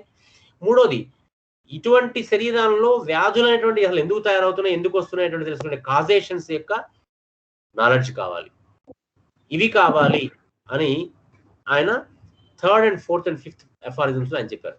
దాని తర్వాత ఆయన సిక్స్త్ అండ్ సెవెంత్ ఎఫారిజమ్స్ ఏం చెప్పారంటే హౌ ద డిసీజ్ మేనిఫెస్ట్, అంటే రోగం అనేది అసలు ఎలా వస్తుంది, ఎలా తయారవుతుంది అని చెబుతూ ఇక్కడ సిక్స్త్ ఎఫారిజంలో మోస్ట్ ఇంపార్టెంట్ వర్డ్ ఆయన ఏం చెప్పారంటే మేనిఫెస్టేషన్ ఆఫ్ ద డిసీజ్ అర్థం చేసుకోవాలంటే ఎవరైతే ఫిజిషియన్ కానీ ఎవరైతే చూస్తున్నారో కానీ వాళ్ళు he should be an unprejudiced observer to understand the portrait of the disease అని చెప్పారు. అంటే అన్ప్రిజుడైజ్డ్ అబ్జర్వర్ అంటే తన లోపల ఏ ప్రిజుడిషన్స్ అంటే ప్రీఆక్యుపైడ్ ఆలోచనలు కానీ అన్బయాస్డ్ థింకింగ్ ఉండాలని, ఏదో బయాస్ అంటే తన లోపల ఏదో ముందు అభిప్రాయం ఇంతే వచ్చి ఉండదు, ఇందుకే వచ్చి ఉండదు, ఇంతే కదా అనే ఆలోచనలు కానటువంటి ఒక అన్ప్రిజుడైజ్డ్ అబ్జర్వర్ అయి ఉండాలి నువ్వు టు అండర్స్టాండ్ ద డిసీజ్ యొక్క లక్షణాలు మొత్తం, దాని మొత్తం పోర్ట్రేట్ అంటే దాని యొక్క మొత్తం లక్షణాలు తెలుసుకోవాలంటే అలా అయి ఉండాలని అని చెప్పారు 6th లో. 7th లో వచ్చారు ఏం చెప్పారంటే నువ్వు డిసీజ్ అంటే don't just see one symptom, take the totality of the symptoms to permanently remove the disease అని చెప్పారు. అంటే సిమ్టమ్స్ 1, 2, 3 లిస్ట్ ఆఫ్ సిమ్టమ్స్ కాదు తీసుకోవాల్సింది నువ్వు, not total symptoms, totality of these symptoms తీసుకోమన్నారు. ఇది మీ అందరికీ బాగా తెలిసే ఉండొచ్చు. అంటే ఇది యొక్క ఆలోచన విధానాన్ని మార్చేశారు. Don't treat the symptoms. Don't treat the list of symptoms. If you treat the list of symptoms, for each symptom there is a medicine. Whereas if you take the totality of these symptoms, all this totality includes in one symptom. Includes as one symptom అని చెప్పారు. So seventh ఎఫారిజం కొంచెం అంటే ఇక్కడే మొత్తం అసలు అంటే మొత్తం మారిపోతుంది అనమాట. అంటే ఏంటంటే ఏం చెప్పలేదు ఆయన, నీకున్న పుస్తకాలు మొత్తం పనికిరానివిరా అని చెప్పడానికి ఈ ముందు 24 ఎఫారిజం చదువుకుంటే వాడికి ఆటోమేటిక్గా నా దగ్గర ఉన్న పుస్తకాల్లో దానికి సంబంధించిన సొల్యూషన్ లేదురా అని వాడికి అర్థమైపోతుంది. ప్లస్ వాడు ఎలా ఆలోచించాలనే విషయం కూడా అర్థమవుతుంది అనమాట. అది ఏ శాస్త్రం అని కానివ్వండి, ఈ ఎఫారిజమ్స్ ఏవైతే చెప్పుకుంటున్నాం మనం, ఈ aphorisms are not related to any homoeopathy or allopathy or Ayurveda or whatever science it is. All these are common principles for every medicine, every school of medicine, and for every practitioner, he may be whoever it is, for every practitioner to get an ideal cure, all these things are important. ఇంకోటి next ఎఫారిజం చెప్పినట్టు ముఖ్యమైన point ఏంటంటే restoration of health is the should be the ideal of the physician అని చెప్పారు. Restoration of health ఇక్కడ ఇవన్నీ మనం homeopathy క్లాసులో చెప్పుకున్నవే, జస్ట్ ఒకసారి వీఆర్ గోయింగ్ త్రూ అనమాట. రిస్టోరేషన్ ఆఫ్ హెల్త్ అని చెప్పారు. It's not the management of diseases. Nowadays what we are seeing in the hospitals or the medical science, what they are being taught is how to manage the disease, not to restore the health. Whereas we want to be healthy. మనకి చాలా చోట్ల చెప్తుంటారు, ఏమిటంటే మనం WHO అంటుంటే ఏదండి health, వాళ్ళు చెప్తున్నారు హెల్త్ గురించి మాట్లాడతారు. అసలు అది హెల్త్ గురించి వాళ్ళు ఏం చేయట్లేదు ఎవరు కూడా. హెల్త్ గురించి మనకి ఎవరో చేసేది ఏముండదు, మనం చేసుకునేది ఉంటుంది హెల్త్ గురించి. సో ఈ డాక్టర్ యొక్క ముఖ్య లక్షణం కూడా రిస్టోరేషన్ ఆఫ్ హెల్త్ అయి ఉండాలి. అయితే ఇక్కడ ఒకటి గమనించుకోవాలి, రిస్టోరేషన్ ఆఫ్ హెల్త్ అనగానే don't put blame on your physician. మనకు ఒక దరిద్రపు అలవాటు అవుతుంది, మనకి ఎప్పుడు ఎదుటివాడి మీద నెట్టే అలవాటు మనకు బాగా ఎక్కడి నుంచి వచ్చిందో కానీ ఆ దరిద్రపు జబ్బు మనకు వచ్చేసింది. దానివల్ల మనం బడిలో పంపించే పిల్లగాడు వాడు సరిగా బిహేవ్ చేయకపోతే స్కూల్ వాడు తప్పంటాం, ఓకే, వాడు సరిగ్గా చదువుకోకపోతే స్కూల్ తప్పంటాం, హాస్పిటల్కి వెళ్తే సరైనటువంటి వైద్యం దొరకకపోతే డాక్టర్ తప్పంటాం లేదా వైద్యం తప్పంటాం. కానీ మన వైపు నుంచి మనం ఏం చేయాలో అది చేసామా లేదా అనే అదర్ హాఫ్ లేదు దాంట్లో. ఈ 2 హాఫ్స్ కలుస్తేనే కంప్లీట్నెస్ వస్తుంది, కానీ 1 హాఫ్ లో ఎప్పుడు కంప్లీట్నెస్ లేదు కదా. బడికి పంపించినంత మాత్రాన నీ పిల్లవాడు కానీ నువ్వు కానీ నీ వైపు నుంచి చేయాల్సింది చేయనప్పుడు దెర్ ఈజ్ నో కంప్లీట్నెస్. హాస్పిటల్కి వెళ్ళినంత మాత్రాన డాక్టర్ గారు ఇచ్చిన మందులు నువ్వు తిన్నంత మాత్రాన నీ వైపు నుంచి నువ్వు చేయాల్సినవి చేయకుండా ఉంటే there is no completeness. So restoration of health is not only the responsibility of the doctor or the particular system of medicine, but also it is to be practiced by the person who wants it to be done, is to have like restoration of health ఎవరికైతే కావాలనుకున్నారో వాళ్ళ జీవన విధానం ద్వారానేమి వాళ్ళ వ్యవహారం ద్వారానేమి వాళ్ళ బాధ్యత కూడా సగం కంటే పైనే ఉంది యాక్చువల్గా. ఇది అర్థం చేసుకున్న వాడికి నిజం చెప్పాలంటే అసలు హెల్దీగానే ఉంటాడు, రిస్టరేషన్ అనే పాయింట్ కూడా అవసరం లేదు. ఇన్ కేస్ మన ఆక్యుపేషన్ వల్ల కానివ్వండి కానీ లేకపోతే ఎపిడమిక్స్ వల్ల కానివ్వండి కానీ మన చుట్టూ కంట్రోల్ లేనటువంటి వాతావరణ విషయాల వల్లనైతే కానివ్వండి ఏమన్నా కనుక వస్తే ఆ వచ్చిన వాటిలో నుంచి ఎలా బయటపడాలో తెలుసుకోవడానికి రిస్టరేషన్ ఆఫ్ హెల్త్ అనేది వీడికి అవసరం. కానీ లేకపోతే ఈ రిస్టరేషన్ ఆఫ్ హెల్త్ లో చెప్పినటువంటి విషయాల్ని సగం పైగా 30% పైగా మనం కనుక అర్థం చేసుకొని వాటిని కనుక ప్రాక్టీస్ చేస్తే అసలు ఆ రిస్టరేషన్ ఆఫ్ హెల్త్ అనే పాయింట్ అక్కర్లే, హెల్దీలోనే ఉంటాం మనం. రిస్టరేషన్ దగ్గరికి వెళ్ళాల్సినట్టు అంటే హెల్త్ కనుక డిస్టర్బ్ అయితే కదా రిస్టరేషన్ కావాలి, హెల్త్ డిస్టర్బే కాదు. సో ఇది ఆయన ఎఫారిజం 8 లో చెప్పారు. ఎంత బ్రాడర్ సెన్స్ లో చెప్పారు చూడండి. ఎఫారిజం 9 నుంచి 17 దాకా చూస్తే మనం 9 to 17 మనం చూస్తే he mostly talked about vital force.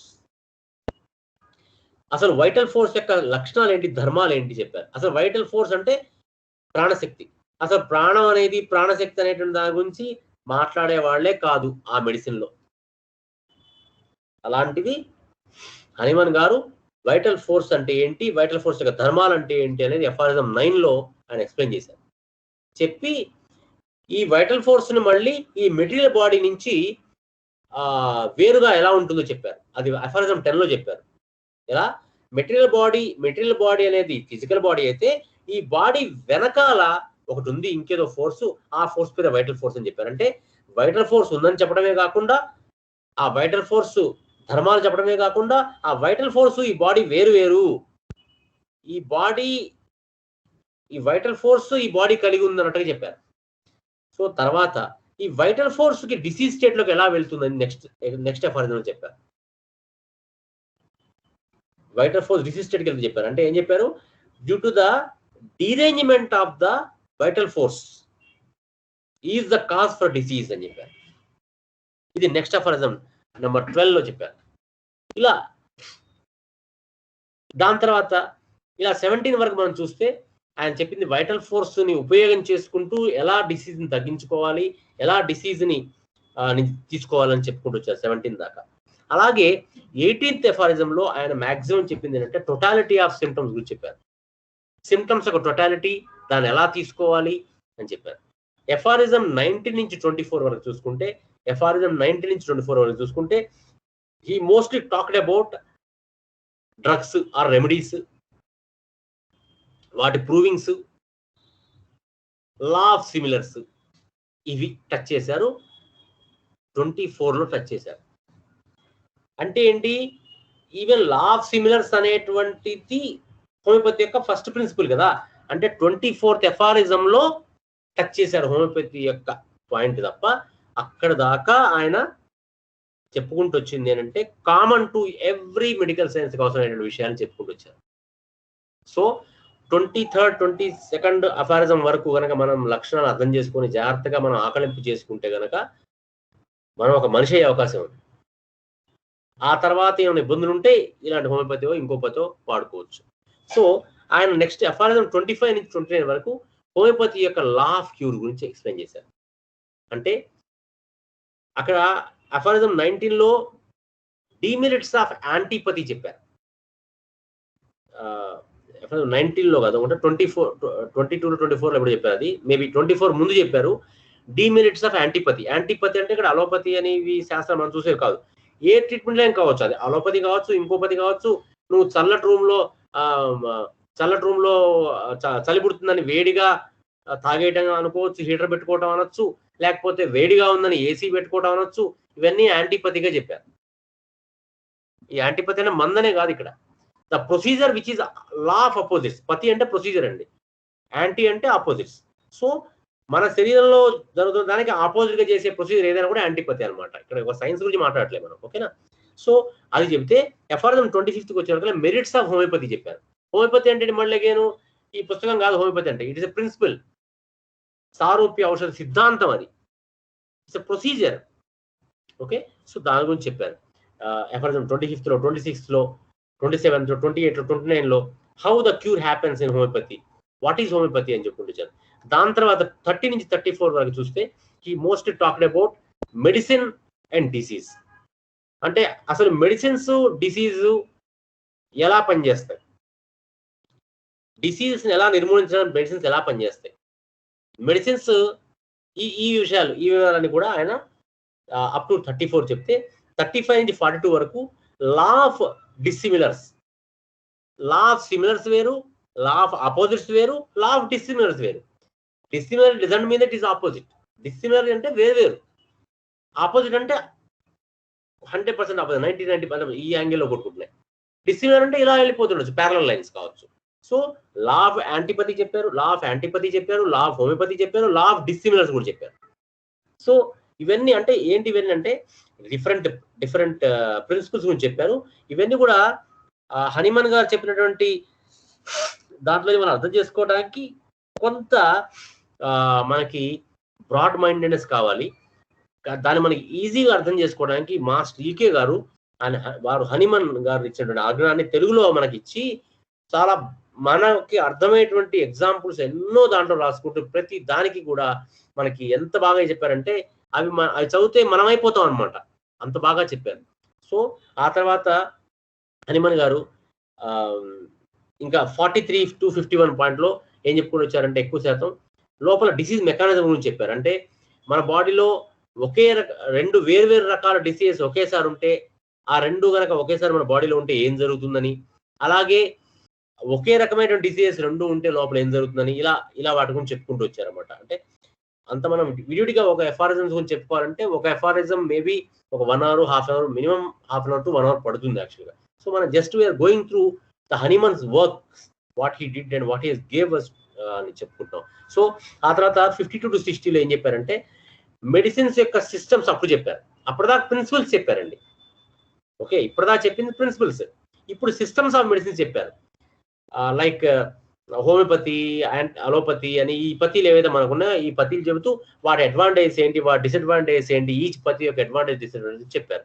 దాని తర్వాత 61 to 62 యొక్క ఎఫారిజం చదివితే what is the ideal system of medicine ఏంటో అక్కడ డిఫైన్ చేశారు. అంటే అప్పటిదాకా వేరియస్ గురించి చెబుతూ వాటిలో ఐడియల్ సిస్టమ్ ఏది ఉంటుంది అంటే ఐడియల్ అంటే ఏమవుతుంది, ముందు మనం మాట్లాడుకున్నటువంటి ఫస్ట్ టు 22nd 23rd ఉన్న ఎఫారిజమ్స్ కి సాటిస్ఫై చేస్తున్నటువంటి యొక్క ధర్మాలకి సాటిస్ఫై చేస్తున్నటువంటి సిస్టమ్ ఏది అని చెబుతూ ఐడియల్ సిస్టమ్ గురించి 61, 62లో చెప్పుకుంటూ వచ్చారు. ఆ తర్వాత అప్పుడు ఇక డీప్ గా సబ్జెక్ట్ లోకి వెళ్ళారు అనమాట. 63 నుంచి 69లో ఏం చెప్పారంటే అసలు డ్రగ్ అంటే ఏంటి, హోమియోపతి డ్రగ్ బాడీలో యాక్ట్ చేసినప్పుడు ప్రైమరీ యాక్షన్ అంటే ఏంటి, సెకండరీ యాక్షన్ అంటే ఏంటి, ఇవన్నీ దాంట్లో చెప్పుకుంటాం. మనం ఇవన్నీ కూడా హోమియోపతిలో చెప్పాం. మనం యాక్చువల్గా మన క్లాసెస్ చెప్పుకున్నాం, ప్రైమరీ యాక్షన్, సెకండరీ యాక్షన్ ఇవన్నీ. సో ఇలా చెప్పుకుంటూ ఇవన్నీ పాయింట్ చెప్పుకుంటూ అరౌండ్ 70 to 80 అక్కడికి వెళ్ళినప్పుడు అక్కడ క్లాసిఫికేషన్స్ ఆఫ్ డిసీజెస్ ఇచ్చారు. మనం చెప్పుకున్నాం క్లాసిఫికేషన్ ఆఫ్ డిసీజెస్ అని, అక్యూట్ డిసీజెస్ అని, క్రానిక్ డిసీజెస్ అని. అక్యూట్ డిసీజెస్ లో మళ్ళీ ఆర్టిఫిషియల్ అక్యూట్ డిసీజెస్ ఉంటాయని, తర్వాత అట్మాస్ఫియర్ అంటే ఎన్వైరన్మెంట్ కి సంబంధించిన అక్యూట్ డిసీజెస్ ఉంటాయని. సో ఇలా చెప్పుకున్నాం కదా. అలాగే కొన్ని క్రానిక్ డిసీజెస్ ఉంటాయి. మనం క్రానిక్ డిసీజెస్ చెప్పుకునే వాటిని ఏమంటాం అంటే చాలా కాలంగా ఉన్నటువంటి వాటిని, దీర్ఘకాలంగా మనలో ఉన్నటువంటి వాటిని క్రానిక్ డిసీజ్ అని చెప్పుకుంటాం. కానీ ఆయన దాని పేరు పెట్టింది సూడో క్రానిక్ డిసీజ్ అని చెప్పారు వాటి పేరు. ఒరిజినల్ క్రానిక్ డిసీజ్ అంటే ఏం చెప్పారంటే అసలు మనకి డిసీజెస్ రావడానికి మన లోపల ఏదో ఇంకో కారణం ఉంది లోపల, అది క్రానిక్ డిసీజ్ అని చెప్పారు. అదేంటి, మన పుట్టుకతో మనకు ఉంది, లేకపోతే పుట్టిన తర్వాత మనం తెచ్చుకున్నటువంటిది, మనతో పాటు ఉంటూ పెరుగుతూ మనకి తెలియకుండా లాటెంట్ గా పెరిగిపోతూ మల్టీ హెడెడ్ హైడ్రా లాగా మన లోపల పుంకాలు అలా పెరిగిపోతూ వస్తున్నటువంటి ఆ యొక్క ఏదైతే ఉందో దాన్ని క్రానిక్ డిసీజ్ అని చెప్పారు. అసలు దాన్ని గుర్తించనే లేదు ఏ శాస్త్రం కూడా అన్నమాట. సో అది ట్రూ క్రానిక్ డిసీజ్ అని చెప్పారు. అది ఈ define what is true chronic disease అనేది 78 ఎఫారిజంలో చెప్పి, ఆ తర్వాత 79, 80, 81లో ఆయన సిఫిలిటిక్ మయాజం అంటే ఏంటి, సోరిక్ మయాజం అంటే ఏంటి, సైకోటిక్ మయాజం అంటే ఏంటి అనేది అక్కడ 81లో కంప్లీట్ చేశారు.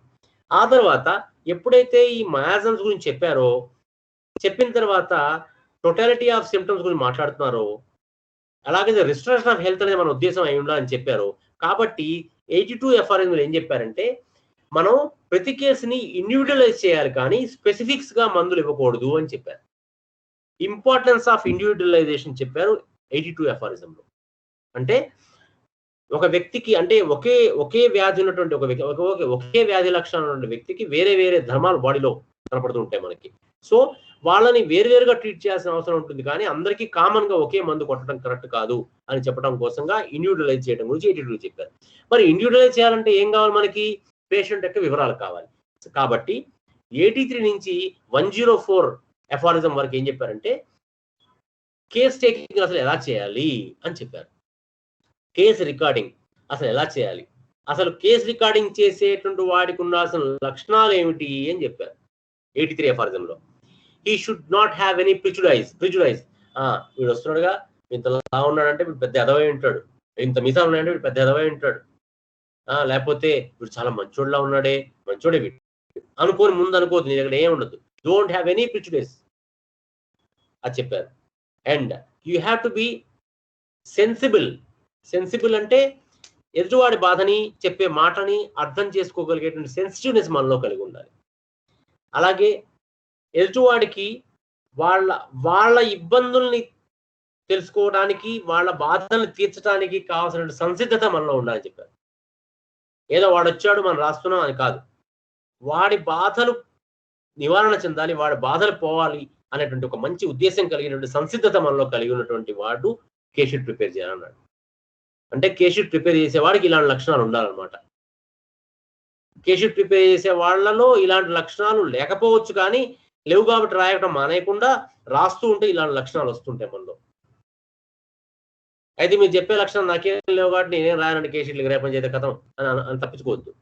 ఇలాంటి లక్షణాలు లేవు కాబట్టి ఇలాంటి లక్షణాలు తెచ్చుకోవాలి. ఎలా తెచ్చుకుంటాం అంటే, ఎలా వస్తాయంటే ఎప్పుడైతే మనం ఈ పని చేయడం మొదలు పెడతామో అప్పుడు మనలో ఈ లక్షణాలు ఇంకల్కేట్ అవుతాయి. కొంతమంది పుట్టుకతో వస్తాయి, బార్న్ హీలర్స్ ఉంటారు, కానీ కొంతమందిని తయారు కూడా చేయొచ్చు. ఎలాగైతే అయస్కాంతం పుడుతుందో, కానీ కొన్ని అయస్కాంతాలు కూడా ఇనుము మొక్కలు కూడా అయస్కాంతం తయారు చేయొచ్చు కదా అది. సో అలాంటి హీలింగ్ సెంటర్సే మన మాస్టర్ గారు మనకి ఇచ్చినటువంటి యొక్క ఇవన్నమాట. సో ఎఫారిజం 83 to 104 లో మనం చూస్తే will see how to write the case sheet అని. అట్లా ఇది ఇందులో ప్రతి ఎఫారిజం మనం చదువుకోవచ్చు. దాని తర్వాత ఆయన 105 నుంచి 145 ఎఫారిజమ్స్ కన్నా చదువుకుంటూ వెళ్తే మనకి అందులో ఏం చెప్పుకుంటూ వచ్చారంటే ప్రూవింగ్స్ ఆఫ్ డ్రగ్స్ గురించి ఎక్స్ప్లెయిన్ చేశారు. ఎఫారిజం 105 నుంచి 145 వరకు ఏం చెప్పారంటే provings of drugs, homeopathy drugs ని ఎలా ప్రూవ్ అవుతాయి, ఎలా ప్రూవ్ చేయాలండి? ఎలకల మీద పిల్లల మీద కాదు, మామూలు మనుషుల మీద వేసుకొని ప్రూవ్ చేయాలి. సో మనుషుల మీద వేసుకొని ప్రూవ్ చేయడానికి అసలు ఎలా ప్రూవ్ చేయాలి, what is the method to follow, how to prove, ఆ ప్రూవ్ చేసినట్టు రికార్డ్ సిమ్టమ్స్ ని ఎలా రికార్డ్ చేయాలి, ఒక డ్రగ్ ని ఎలా అసలు తయారు చేయాలి, తయారంటే ల్యాబొరేటరీ ఫార్మసీలో తయారడం గురించి అని చెప్పేది, ఆ లక్షణాలను ఎలా కంపైల్ చేయాలని చెప్పడం కోసం ప్రూవింగ్స్ ఆఫ్ డ్రగ్స్ ఆయన 145 ఎఫారిజం వరకు అవి చెప్పారు. దాని తర్వాత 146 నుంచి 154 ఎఫారిజం వరకు ఏం చెప్పారంటే how to select A medicine అని చెప్పారు. అంటే మనం కేషీట్ రాసాం, మందులేంటో మెడికా గురించి మనకు తెలిసి, ఇప్పుడు మెడికా ప్యూరా గురించి చెప్పారు, అవన్నీ ఉన్నాయి దాంట్లో. వాటిని ఎలా వాడుకోవాలి, how to select the medicine అనేది 146 నుంచి 154 అంటే 9 ఎఫారిజమ్స్ లో ఎక్స్ప్లెయిన్ చేశారు. హౌ టు సెలెక్ట్ మెడిసిన్ అని, ఎలా డ్రగ్ సెలెక్ట్ చేయాలండి అని మనకు అర్థం కాదు కదా, అవి చదువుకుంటే అర్థమవుతుంది. ఆ తర్వాత మరి మందు సెలెక్ట్ చేసాం, ఎన్నిసార్లు వేసుకోమని చెప్పాలి వీడికి, డోసేజ్ గురించి 155 నుంచి 161 అంటే 5 ఎఫారిజమ్స్ లో ఎక్స్ప్లెయిన్ చేశారు. 6 ఎఫారిజమ్స్ లో ఎక్స్ప్లెయిన్ చేశారు. 50 నుంచి 60 కదా, 6 ఎఫారిజమ్స్ లో ఎక్స్ప్లెయిన్ చేశారు డోసేజ్ గురించి. అయిపోయిందండి, వచ్చారు మంచి బుద్ధి కలిగి మనం కేస్ షీట్ రాసాము, ఓకే, డ్రగ్ సెలెక్ట్ చేసాము, డోసేజ్ చెప్పాము. ఆ తర్వాత మందు వేసిన తర్వాత వాటిని రెండోసారి మన దగ్గరికి వస్తే ఏం చేయాలి, ఎలాంటి లక్షణాలతో వస్తాడు అని చెప్పడం కోసంగా 161 to 171 అంటే 11 ఎఫారిజమ్స్ లో ఏం ఎక్స్ప్లెయిన్ చేశారంటే రెమెడీ రియాక్షన్ ఎలా ఉంటుంది, అంటే మనం వేసిన రెమెడీకి రియాక్షన్ ఎలా ఉంటుంది, ఎలా ఎప్పుడు తగ్గుతుంది, ఎలా తగ్గదు, ఏమిటి తగ్గదు, ఇలాంటివని చెప్పి ఆ తర్వాత ఇట్లా డిసీజ్ గురించి ఇంకా కొంచెం ఇన్ఫర్మేషన్ చెప్తూ అలా వెళ్తూ టోటల్ 291 ఎఫారిజమ్స్ మనకు అందించారు అనమాట. సో ఈ ఆర్గనాన్ అనేటువంటి దాంట్లో టోటల్ అసలు మెకానిజం, హెల్త్ అంటే ఏంటి దగ్గర నుంచి, హోమియోపతిని ఎలా వాడాలి దగ్గర నుంచి మొత్తం total book of every principle అనమాట. సో ఇది కనుక మనం పర్ఫెక్ట్ గా మాస్టరీ అనకూడదు, కానీ అర్థం చేసుకొని ఆ హనుమాన్ గారికి మనకు అందించినటువంటి మాస్టర్ గారికి, ఈకే గారికి కనుక రోజు మనం ప్రణమిల్లుతూ అది మనసులో ఉంచుకొని వారు ఇచ్చినటువంటి అంత ప్రేమతోని, ఎంత ప్రేమతో అయితే వారి మన శాస్త్రాలు మనకు అందించారో అంత ప్రేమతోని కనుక మన ద్వారా ఈ పని 10 మందికి జరుగుతున్నప్పుడు ఆటోమేటిక్ గా ఆ ప్రిన్సిపల్స్ అన్ని మనలోకి దిగిపోతాయి, మనమైపోతాం. ఎప్పటిదాకైతే ఆ మోడ్ లో మనం ఉంటాము, ఆ మూడు కాదు, ఆ మోడ్ లో మనం వర్క్ చేస్తూ ఉంటాము, యజ్ఞార్థంగా 10 మంది పనికి రావడం కోసంగా, only without any prejudice, only aim of a healer is to restore the health of a patient. వారికి రిస్టోరేషన్ చేయడం కోసంగా ఒకే ఒక దృక్పథంతో కనుక మనం పనిచేస్తూ ఉంటామో ఆటోమేటిక్ గా ఇలాంటి ధర్మాలు మనం చదువుకోకపోయినా కూడా ఈ ధర్మాలన్నీ మన ద్వారా వ్యక్తం అవుతాయి. ఇది సో ఇలా ఆయన ఒక book of it's a manual like అనమాట. It's a manual of diseases, it's a manual of health, it's a manual of medicine, it's a manual of disease sciences. So lot of things are there in this. ఇది master గారు మనకి ఒక 150 పేజీలు ఏమో ఉంటుంది ఆ పుస్తకం, 150 కూడా ఉంటుంది లేదో, అటువంటి పుస్తకంలో, చిన్న పుస్తకంలో 291 ఎఫారిజమ్స్ ని టోటల్ గా ఆయన ఎక్స్ప్లెయిన్ చేశారు. హనుమాన్ గారు ఇంకా గొప్ప విషయం ఏం చేశారంటే 259 260 ఎఫారిజం దగ్గర వెళ్ళిపోతే అసలు డైట్ రిజిమన్ కూడా చెప్పారు ఆయన. అంటే ఎలాంటి ఆహారం తినాలి, అసలు ఎలాంటి ఆహారం తింటే it becomes obstacle to cure అని చెప్పారు, అలాంటివి చెప్పారు. ఎలాంటి ఆహారం తినటం వల్ల రోగాలు వస్తాయి చెప్పారు. ఎలాంటి ఆహారం తింటే ఆరోగ్యంగా ఉంటామని చెప్పారు. ఎలాంటి ఆహారాలు తింటే మనం క్రానిక్ డిసీజ్ లో ఎలాంటి ఆహారాలు ఇవ్వాలో చెప్పారు. అక్యూట్ డిసీజ్ లో ఎలాంటి ఆహారాలు ఇవ్వాలో చెప్పారు. ఓకే, ఇది ఇలా ప్రతిదీ డైట్ అంటే ఏది వదిలిపెట్టలేదు ఆయన. అలా చెప్పి అలాగే మందులు ఎలా చేస్తారు, అడ్మినిస్ట్రేట్ ఎలా చేయాలి, మందులు ఎలా స్టోర్ చేయాలి, ఒక్కొక్క వెజిటబుల్ కింగ్డమ్ నుంచి తయారు చేసిన మందులకి ఏ లక్షణాలు ఉంటాయి, అలాగే ప్లాంట్స్ నుంచి యానిమల్స్ చేసే వాటికి ఏ లక్షణాలు ఉంటాయి, ఇలాంటివన్నీ కూడా ఆయన ఎక్స్ప్లెయిన్ చేసుకుంటారా స్లోగా మనందరికీ ఆ యొక్క శాస్త్రం మొత్తాన్ని తను దర్శించినటువంటి దాని మొత్తాన్ని కూడా మన కోసం ఇచ్చారు. ఇంకా గొప్ప విషయం ఏంటంటే ఆయన ఈ హోమియోపతి ఇవే చెప్పలేదండి, వీటితో పాటు యాన్సిలరీ సిస్టమ్ చెప్పారు. మ్యాగ్నెట్లను వాడమని చెప్పారు. కరెంట్ అంటే డైరెక్ట్ కరెంట్ కాదు, ఎలక్ట్రోమాగ్నెటిజం వాడమని చెప్పారు. మసాజెస్ వాడమని చెప్పారు. బాత్స్ ద్వారా హీలింగ్ ఇవ్వమని చెప్పారు. ఆక్యుప్రెషర్ అంటే ప్రెషర్స్ ద్వారా ఇవ్వమని చెప్పారు. ఇవన్నీ కూడా ancillary measures also to be added in to your system అని చెప్పారు. అందుకని మన డిస్పెన్సరీస్ లో నాకు మొదటి నుంచి నాకు చేతనైనంత వరకు కూడా మన డిస్పెన్సరీలో ఒక హోమియోపతి మందు ఇవ్వడమే కాదు, దాంతో పాటుగా ఇవన్నిటి కూడా పక్కన పెట్టుకుంటూ వచ్చేవాళ్ళం. ఎందుకంటే ఇవన్నీ అందిస్తే మాత్రమే కంప్లీట్ క్యూర్కి అవకాశం ఎక్కువగా ఉంటుంది. ఓన్లీ హోమియోపతి మాత్రమే ఇస్తూ వస్తానంటే చెప్పలేము, అవ్వకపోవచ్చు. కాబట్టి మన డిస్పెన్సరీస్ అన్నింటిలో కూడా నేనేం కొత్తగా చెప్పట్లేదు. హనుమన్ గారు చెప్పిందే మా శ్రీకి గారు చెప్పిందే. కావాలంటే మా శ్రీకి గారు న్యూ ఎరా హీలింగ్ పుస్తకం చదివితే పర్ఫెక్ట్ గా అర్థమవుతుంది. ఎంత బాగా చెప్పారో హీలింగ్స్ గురించి, స్పిరిచువల్ హీలింగ్ గురించి, ప్రాణిక్ హీలింగ్ గురించి, కలర్ థెరపీ గురించి, మ్యూజిక్ థెరపీ గురించి, ఇవన్నిటి గురించి చెప్పారు. మంత్రశాస్త్రం గురించి, మంత్రం ఎంత హీల్ చేస్తుంది, ఇవన్నీ మాస్టర్ గారు ఇచ్చారు. ఇవన్నీ చెప్పారు హనుమన్ గారు కూడా. సో మన డిస్పెన్సరీస్ లో ఒక హోమియోపతి మందు మాత్రమే ఇస్తాం, వేరే చేస్తే తంతాం అని చెప్పకుండా ఇవన్నీ కూడా వాళ్ళని చేయనివ్వాలి. ఇవన్నిటి గురించి నాలెడ్జ్ మనకు ఉండాలి. ఇవన్నిటి గురించి నాలెడ్జ్ ఇవన్నీ చేసే వాళ్ళు మన డిస్పెన్సరీలో ఉండాలి. వాళ్ళందరూ కలిసి వాళ్ళకి ఈ యొక్క మన ఇచ్చే మందుతో పాటుగా ఈ విషయాలు చెప్పాలి. ఒక డైటీషియన్ డైట్ గురించి చెప్పాలి. ఇవన్నీ చెప్తూ యోగ శాస్త్రం గురించి చెప్పే వాళ్ళు ఉండాలి. వాళ్ళు ఇన్ని ఇచ్చి వాళ్ళకు రెజిమెన్ వాళ్ళకి తయారు చేసి ఇవ్వాలి. చేస్తే అప్పుడు కంప్లీట్ క్యూర్ మనం వాళ్ళకి ఇవ్వగలుగుతాం అనమాట. సో ఈ ఉద్దేశంతో, ఈ దృక్పథంతో మనం మాస్టర్ గారు ఇచ్చినటువంటిది కానీ, అలాగే హనుమన్ గారు ఇచ్చినటువంటిది కానీ, ఈ శాస్త్రాల్ని మనం 10 మందికి ఉపయోగపడేందుకు ఇలాంటి వారి ద్వారా ఇలాంటి విషయాలను తెలుసుకోవడానికి మనకు అవకాశం దొరికింది మనకి ఇవాళ. అలాగే ఈ విషయాలను ఇలా మీ అందరి మహానుభావులు అందరితో పంచుకోవడానికి అవకాశం దొరకడం నా అదృష్టం. ఒకసారి మళ్ళీ మనం ఇవన్నీ నెమరు చేసుకోవటం మనకు ఎంతో అవసరం. అసలు నిన్నటిదాకా కూడా నాకు అంటే హనుమన్ గారు పుట్టినరోజు అని గుర్తున్నా, నేను రాత్రి అరౌండ్ 8:30, 7:30, 8 o'clock పవన్, మన కొత్తగూడెం పవన్ గుర్తు చేశాడు నాకు. ఏమంటే రేపు హనుమన్ గారు బర్త్డే కదా, మనం ఏమైనా చెప్పుకుందాం అని. అప్పుడు జరిగింది. చూసారా, ఇలా ఇన్స్పిరేషన్ మనకి మర్చిపోతున్నా కూడా ఒక మంచి ఆలోచన ఉన్న వాళ్ళకి ఎవరో ఒకళ్ళు ఇలా ఏదో తట్టి చెప్తూ ఉంటారు. మనం దారి తప్పకుండా మనని కాపాడుతూ ఉంటారు. మాస్టర్ గారు, గురువులు, పెద్దలు ఇలా అందరి ద్వారా వర్తించి మనకి మార్గం చూపిస్తూ ఉంటారు. సో మనకి ఇలా మార్గం చూపించిన వాళ్ళు ఎవరో పిల్లవాడు కదా, చిన్నవాడు కదా అని వాడిని పక్కన వేయకుండా, నెట్టి వేయకుండా పెద్దవాళ్ళు మనం నమ్మే గురువే వాళ్ళ ద్వారా చెప్పించారు అనుకునేటువంటి ఒక బుద్ధి మనలో కలగాలి. అలాంటి ఔన్నత్యం మనలో ఉండాలి. ఉన్నప్పుడు ఎవరు చెప్పిన మాట కూడా మనకి తప్పనిపించదు, ఎవరు చెప్పిన మాట కూడా మనకి పనికిరాని అనిపించదు. ఏ మాట ద్వారా మనకి ఏ సమయానికి ఏది అందాలో అటువంటి మాటలే మనకు అందుతాయి. అటువంటి జీవనం మనం జీవిస్తున్నాం కాబట్టి తప్పకుండా అలాంటి మాటలే మనకు వినపడతాయనే జ్ఞానం మనకు ఉండాలన్నమాట. ఎప్పుడు ఉంటుందంటే అది మన మాస్టర్ గారు మనకి ఇచ్చేటువంటి ఒక మార్గం మీద నమ్మకం ఉన్నప్పుడు మనకి వినపడ్డ మాటలన్నీ ఇలాంటి మాటలే, మనకు అవసరమైన మాటలే అని మనకు అప్పుడు అనిపిస్తాయి. మనకు దాని మీద నమ్మకం లేనప్పుడు ఎవడో వాడు వాగేశాడు, వాడికేం తెలుసు అని అనుకుంటాం అనమాట. కాబట్టి అటువంటివి వాటికి తావు రాకుండా నిత్యం మన జీవితంలో చిన్నవాడు చెప్పినా, పెద్దవాడు చెప్పినా, ఎవరు చెప్పినా సోర్స్ ఒకటే అనే విషయం అర్థం చేసుకొని వాటిని మన ఆచరణలో చేసేటువంటి ధైర్యాన్ని, అటువంటి ఔన్నత్యాన్ని, అటువంటి దాన్ని మనకి కలిగించాలని మాస్టర్ గారు మనకి కలిగించాలి, ఆయనే కలిగించాలి మనకి. మరి మీలాంటి వాళ్ళందరి యొక్క మహానుభావులు అందరి ప్రేమని పొందుతూ ఈరోజు ఇలా మీ అందరితో ముచ్చటించడం అనేది చాలా సంతోషం, నాకు చాలా ఆనందం.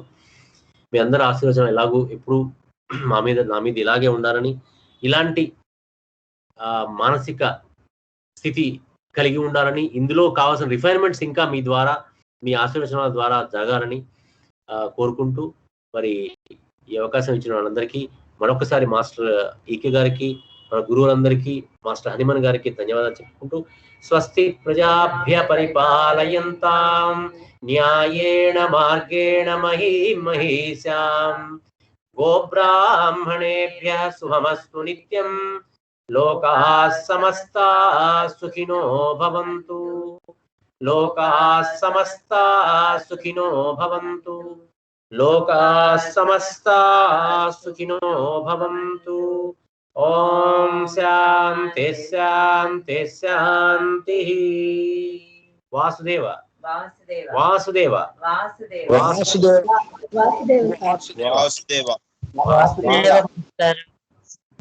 వాసుదేవ ఎవరండి నేను టీవీ శర్మ విజయవాడ. నమస్కారం అండి వాసుదేవ. నమస్తే నమస్తే సార్. మంచి ఇచ్చారు. శ్రీరామ్ జయ రామ్ జయ జయ రామ్ సార్. శ్రీరామ్ జయ రామ్ జయ జయ Ram. Vasudevamma Vasudeva master. Vasudeva sir. Vasudeva Vasudeva master. Vasudevamma Vasudeva master. Vasudeva Vasudeva అండి మాస్టర్. దేవ వాసుదేవ మాస్టర్ గారు. వాసుదేవమ్మ వాసుదేవ వాసుదేవ్ అండి. వాసుదేవ ప్రసన్న కుమార్ గారు. వాసుదేవ మాస్టర్. ఏమండి చిరంజీవి గారు ఏమన్నారు? వాసుదేవ అన్న మాస్టర్. వాసుదేవ ధన్యుని. Vasudev sir. Vasudeva Vasudev sir. Vasudeva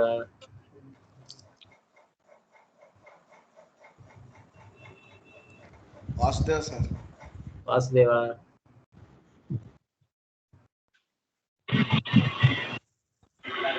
Vasudeva uncle. Vasudeva నాన్న.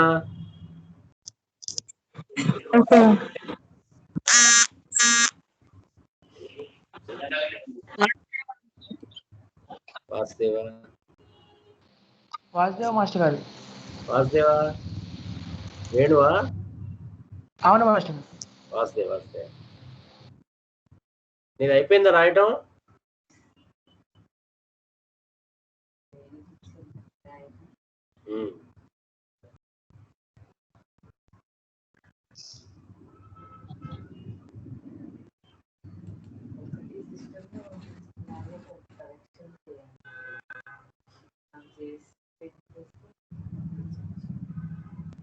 సరే అండి వాసుదేవ్, మరి ఉంటాను. సంతోషం. గోపాల్ గారు ఉన్నారా? గోపాల్ గారు,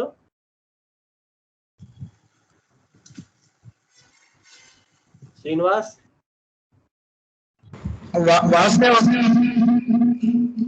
గోపాల్ గారు ఉన్నారా? అంకుల్ పేషెంట్స్ వస్తే ఇప్పుడే వెళ్ళారు అంకుల్. అచ్చా అచ్చా, very good very good. Okay okay, very good. అలాగే నాన్న, థ్యాంక్ యూ శ్రీనివాస్, అంత ఏర్పాటు చేసావు నువ్వు. సరే మరి ఎండ్ చేయనా మీటింగ్? ఎండ్ చేయండి మాస్టర్. వాసుదేవ్. వాసుదేవ.